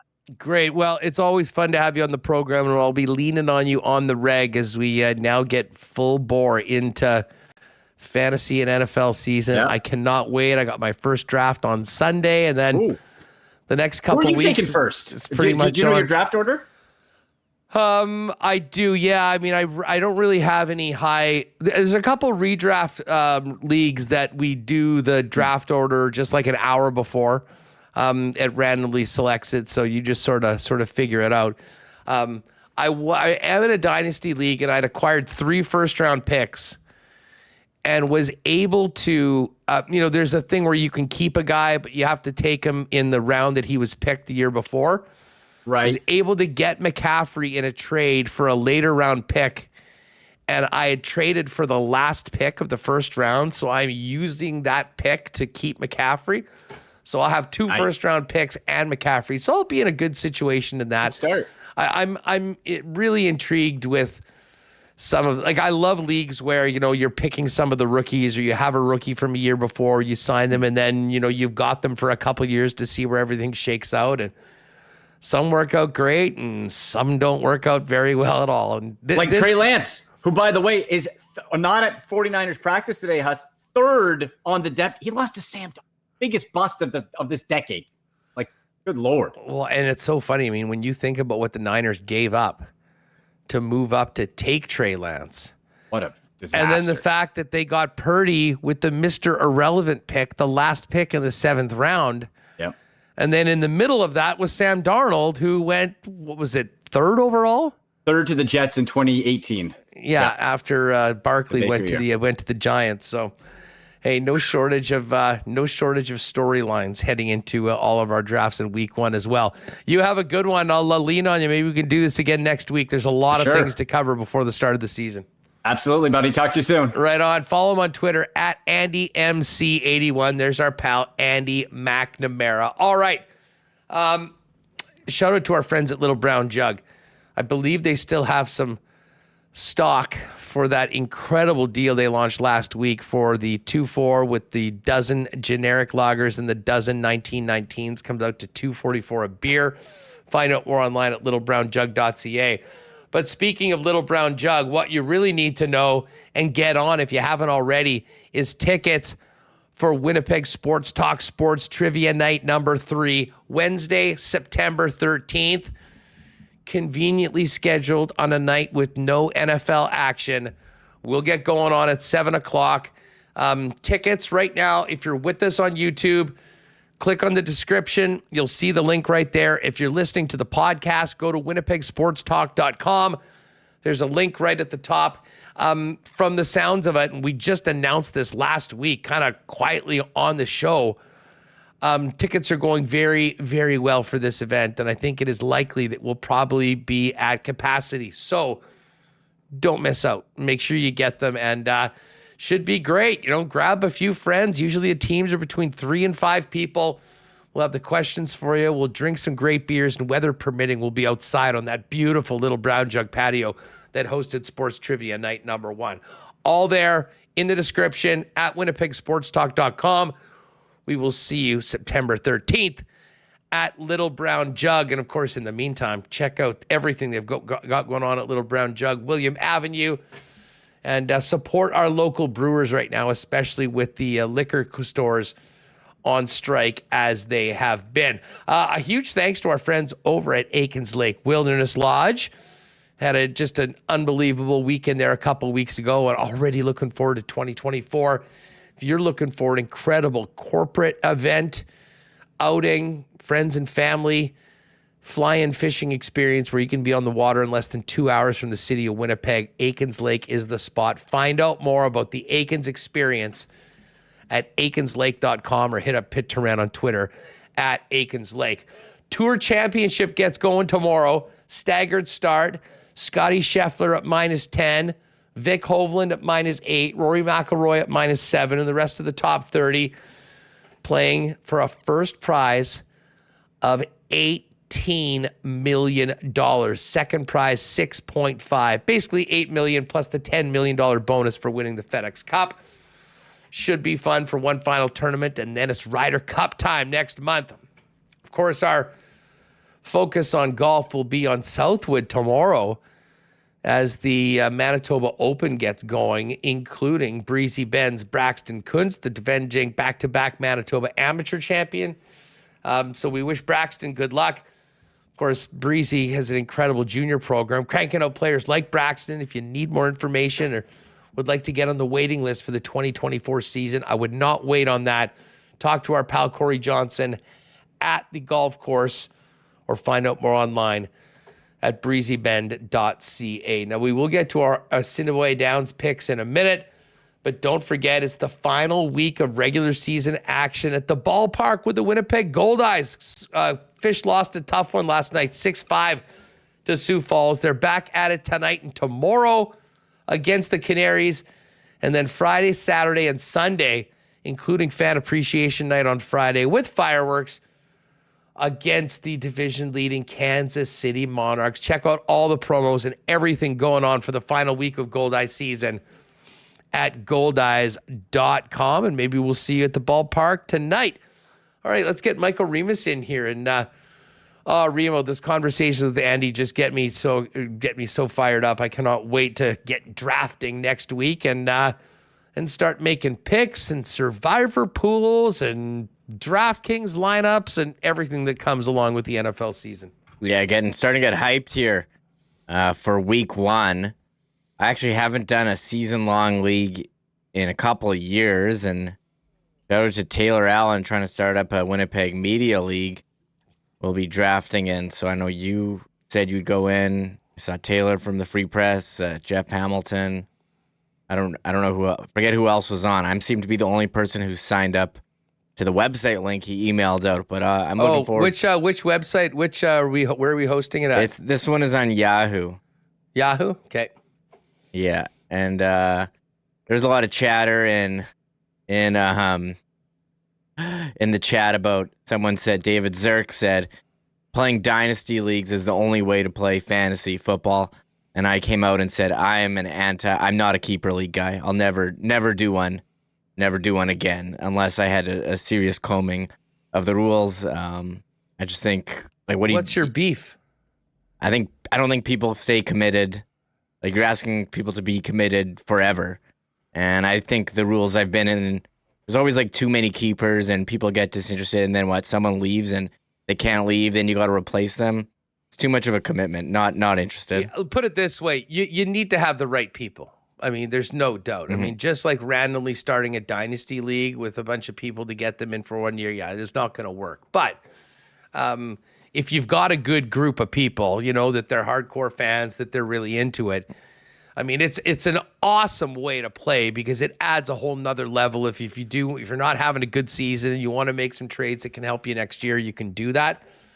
But again, you do make a good point that if you don't have reliable owners, you have some guys that are, Johnny-come-latelys, if you will, the commissioner can have some real problems on their hands. So I do like keeper leagues, even if you're just keeping one or two players. Well, that's what I would do. Some people want to do these keeper leagues, and they want to keep the whole team. That's not fun. Like, just have like one or two guys. Well, the best part of the entire league is the draft. Like, the draft is so much fun. Yeah, I'm with you. I mean, I was in one league, we're going to keep 7 guys. Well, half the entire league is off the board by the time the first pick is made in the draft. So I'm with you on that. Although, that being said, there's many different ways to play fantasy this year, and good luck to everyone on it. And as I said, we'll do a few more segments with some experts to get you ready for drafts, as well as just some general fun NFL tomfoolery on the program. And, of course, in the lock shop as well. And Craig Smith making a great point is why we were talking about the big event here in Winnipeg. The Canadian Women's Open starts tomorrow with Shaughnessy in Vancouver. Brooke Henderson rocking the specs, wearing glasses now. Look, Brooke's done great in Canada before. She is Canada's queen of the course. And wouldn't that be amazing if she could have a great weekend and be in the mix on Sunday afternoon? All right, let's get to the Coolbet Lines before we get ready for a night of live racing. And tonight we do have the Jays and the Orioles. Just after 6 p.m., they're going at it. Jack Flaherty for the O's and Kevin Gausman for the Blue Jays. Jays minus 133 favorites. Orioles a home dog at plus 118. And then we've got the Washington Nationals plus 127. Last night, what was it, plus 155 against the New York Yankees. Yankees have lost 9 in a row, and yet they're still favored. I say we just keep on rolling with the underdogs and hope the Yankees can make history with a 10th consecutive loss tonight. You were telling me before, 1913 was the last time the Yanks had lost 10 in a row? Unbelievable. Yeah, it was like 100 years, 110 years. And when I did the math, crazy. And the Yankees, not going so hot for them. So I think we're all enjoying it. And it is interesting that they are still favored despite being on this big losing streak. Maybe the Nationals are the play. So those are the big games for Jays fans tonight. I guess right now, we've actually got a bunch of games going on right now, including a few that have some importance to this race. And the White Sox are up 3-0 on the Mariners. That's good news for the Blue Jays. If the Mariners lose and the Jays win, they can get back into a spot for it. Who else do we have? We've got Houston. They are in action tonight, or are they, Remo? I don't see them on the docket right now. The Astros, unless they're playing right now that I missed it. So maybe a day off for the Astros and the Tampa Bay Rays. The other team ahead of them, they've got the Rockies tonight a little bit later on. That one's starting at 5:40 p.m. But again, everyone on the wild card, let's take a little bit of a run at this at first place. A nice run against the Orioles would do that for the Jays after their great start last night. As far as the CFL goes, and the Bomber game tomorrow, yesterday was 8.5. Yesterday was 8. Today it's 8.5 for the Winnipeg Blue Bombers.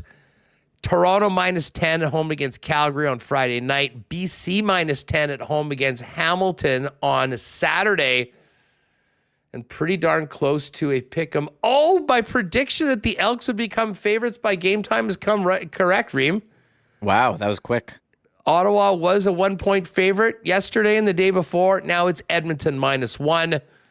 And Edmonton, who was an even money home underdog, is now minus 120. I do think, and listen, we've said this before, it's gone on for 4 years. I do think this is the game for the Edmonton Elks to break the curse. Yeah, I mean, they're favored at home, which seems wild. And Trey Ford has injected, some excitement into this offense. And Ottawa certainly lost, their share of games this year. This is a good opportunity for the Elks. We'll have to see, will they screw it up and land on their face, or will they come out with the W and end the streak? And will we see like confetti after it, Huss, ending the streak? Will there be a Gatorade bath on Chris Jones? We will find it. Will they carry him off the field like the Bombers did Reinbold after they won after starting off 0-10? Let's get to our horse picks for tonight. Yeah, horse picks. We've got a full slate of races, 8 of them in total. Shout out to Pray for Peace. Did you have were you both on Pray for Peace yesterday? No, I actually wasn't. I said I liked Pray for Peace, but I was not. I didn't win. I only got a refund because one of my horses got scratched on a tractor box. But there was one race. I forget which race it was yesterday, where if you bet $1 and hit the trifecta, you would have won like $2,000. Hold on, let me find it. Really? It was my eyes fell out of my head there. It wasn't race 5. Here it is, race 7. Hey Hey Runaway won and was final odds 81-1. Hey Hey Runaway. $164 on a $2 bet. What? Yes, to win. And then Living Sky, which was 9-1. And Know What I Mean and number 3. So if you would have bet $1 on 975, 2,700. How crazy is that? So 20, that's the biggest $1 tractor I've seen all year. And the 20-cent superfecta, which is the top 4 horses in order. Yeah, a 20-cent bet, 10 grand. 10,100. The pick 3 was $789. Just a $1 exacta ream for that race was $607. Oh my God. That has to be, I would imagine, we'll have to check with Darren and the fellas, but that has to be the biggest upset of the year. Race maybe 7 ever. last night. Come on, 81? I've never seen it started 50-1. Is that the opening line? That was the opening line, and then it finished up at 81. Not a lot of people on the long shot. Hey, and I've seen Hey Hey Runaway at the track before. What do we got cooking tonight for our selections? I've been really cold, so I'm trying to get some trifecta tractor boxes here. Do you got race 1? No. I do have race 1. Win. Number 3. Whit 9. I was thinking about Whit's memories, but Whit 9's the horse, so I'm in on Whit 9 to win race number 1. I don't have race number 2, do you? I do. I got a trifecta box. 1, 3, 4. Lana, this is the chalk one. Lana Ranger, Love Hours, and Hasta La Vista Honey. Let's go over the chalk box here. Hasta La Vista. All right, moving on to race number 3. I have a win bet on number 3, Otter Pop. And Otter Pop has won its last 2 races, so let's make it 3 in a row. Good things happen in 3s. Otter Pop. You got anything on race 3? No, I'm race 4 though. Excellent. What do you got? Exacta box, Party at My Place, and Silicon Valley. And I, for race number 4, just have a win bet on the aforementioned Party at My Place. Yeah. Let's go. There you go. I do have a race 5. Me too. I got a triactor box for race 5. Okay, I'm going with Going Success to win. That's the favorite. I like it. Going Success is on my triactor box. Going Success, Amistar, and Big Energy. Big Energy is always a favorite. And I do have race 7. So are you on 6? You know what? I am on race 6, and I'm going to take. You know what? I think I may have to turn this one into. Well, I like Terra Tattoo. I don't mind High Rise in the Peg as well. I think this is a lower category of it. Maybe I'll go with a Terra Tattoo. What do we got? Runaway Hurricanes got some numbers. Well, as I say, I might add one before, but I'm thinking High Rise in the Peg, number 4 for that final one. I got a couple bucks left, so I got to figure out what to do. What do you got for, what is it, race 7 you're on? Race 7. I got Triactor Box, 269, House Limit, Toil and Trouble, and trying to get smart here with Smart Call.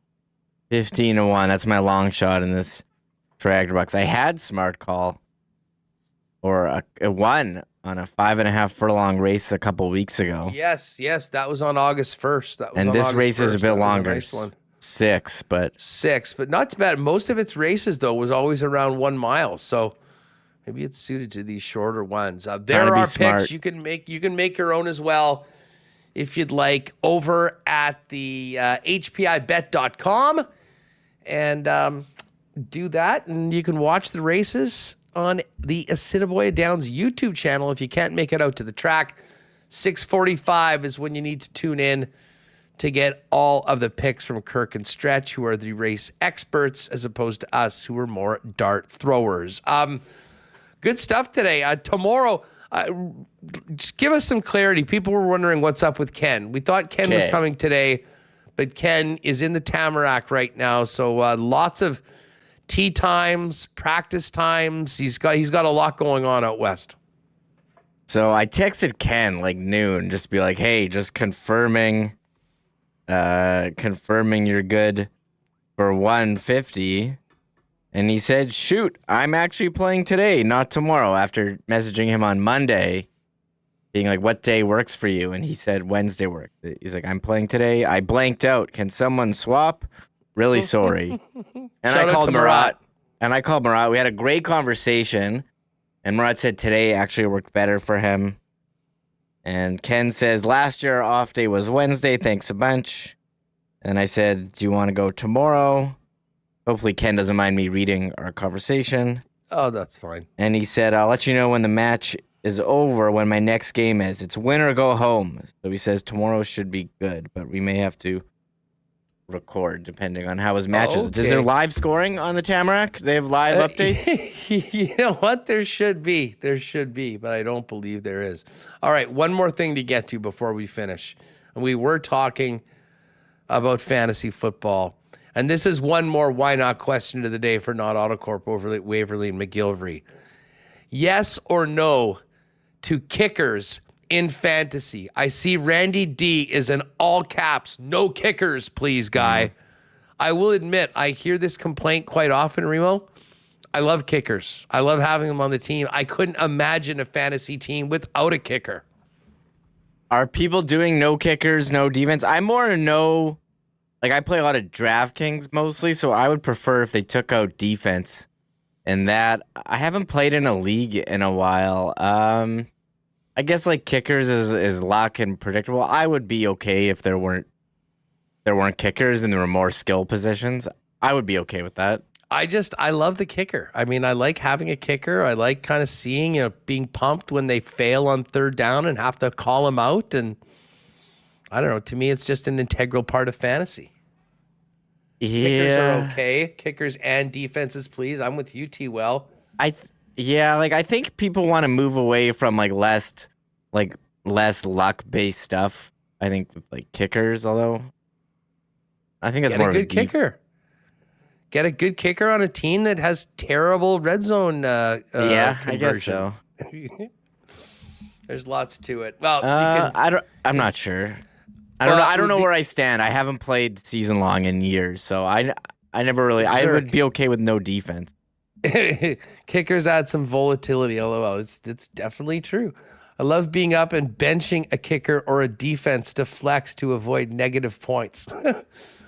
Well, that's the one thing. You do want to have a point system that makes sense so that maybe you're not losing. But, I'll say this. I'm anti-leagues where you can start nobody at a position and it's not an illegal lineup. You should have a penalty. Yes. You have to start someone. Yeah, I mean, teams just don't go in and don't play a quarterback in the NFL so he doesn't get any picks. You know what I mean? The WST inbox is open for fantasy topics, though. We'll get to for the rest of the week. Remo's going to be away next week, but we'll definitely have plenty to get ready for your drafts and the upcoming season throughout next week. Tomorrow, though, game day. We'll be all over it. Alouettes, Bombers. Mocon in Montreal is going to join us. We'll get the latest on the visitors. And big announcement today, CEBL Championship Tournament next year will be in Montreal. And obviously Winnipeg's made that pitch to get it for 2025. Thank you to Murat. Thank you to Marshall Ferguson. Thank you to Andy Mack. Thanks to Michael Remis. Thanks to our sponsors. And thanks to all of you for making WST a part of your day. Have a great night. Enjoy the ball game tonight if you'll watch it. Horse racing, Gold Eyes available to get out. And then tomorrow, we'll see you at IG Field. But first, 1 o'clock right here on WST. Have a good one, y'all. Oh, my God. Oh! Shut it down. Let's go home. Thanks for tuning in to Winnipeg Sports Talk Daily.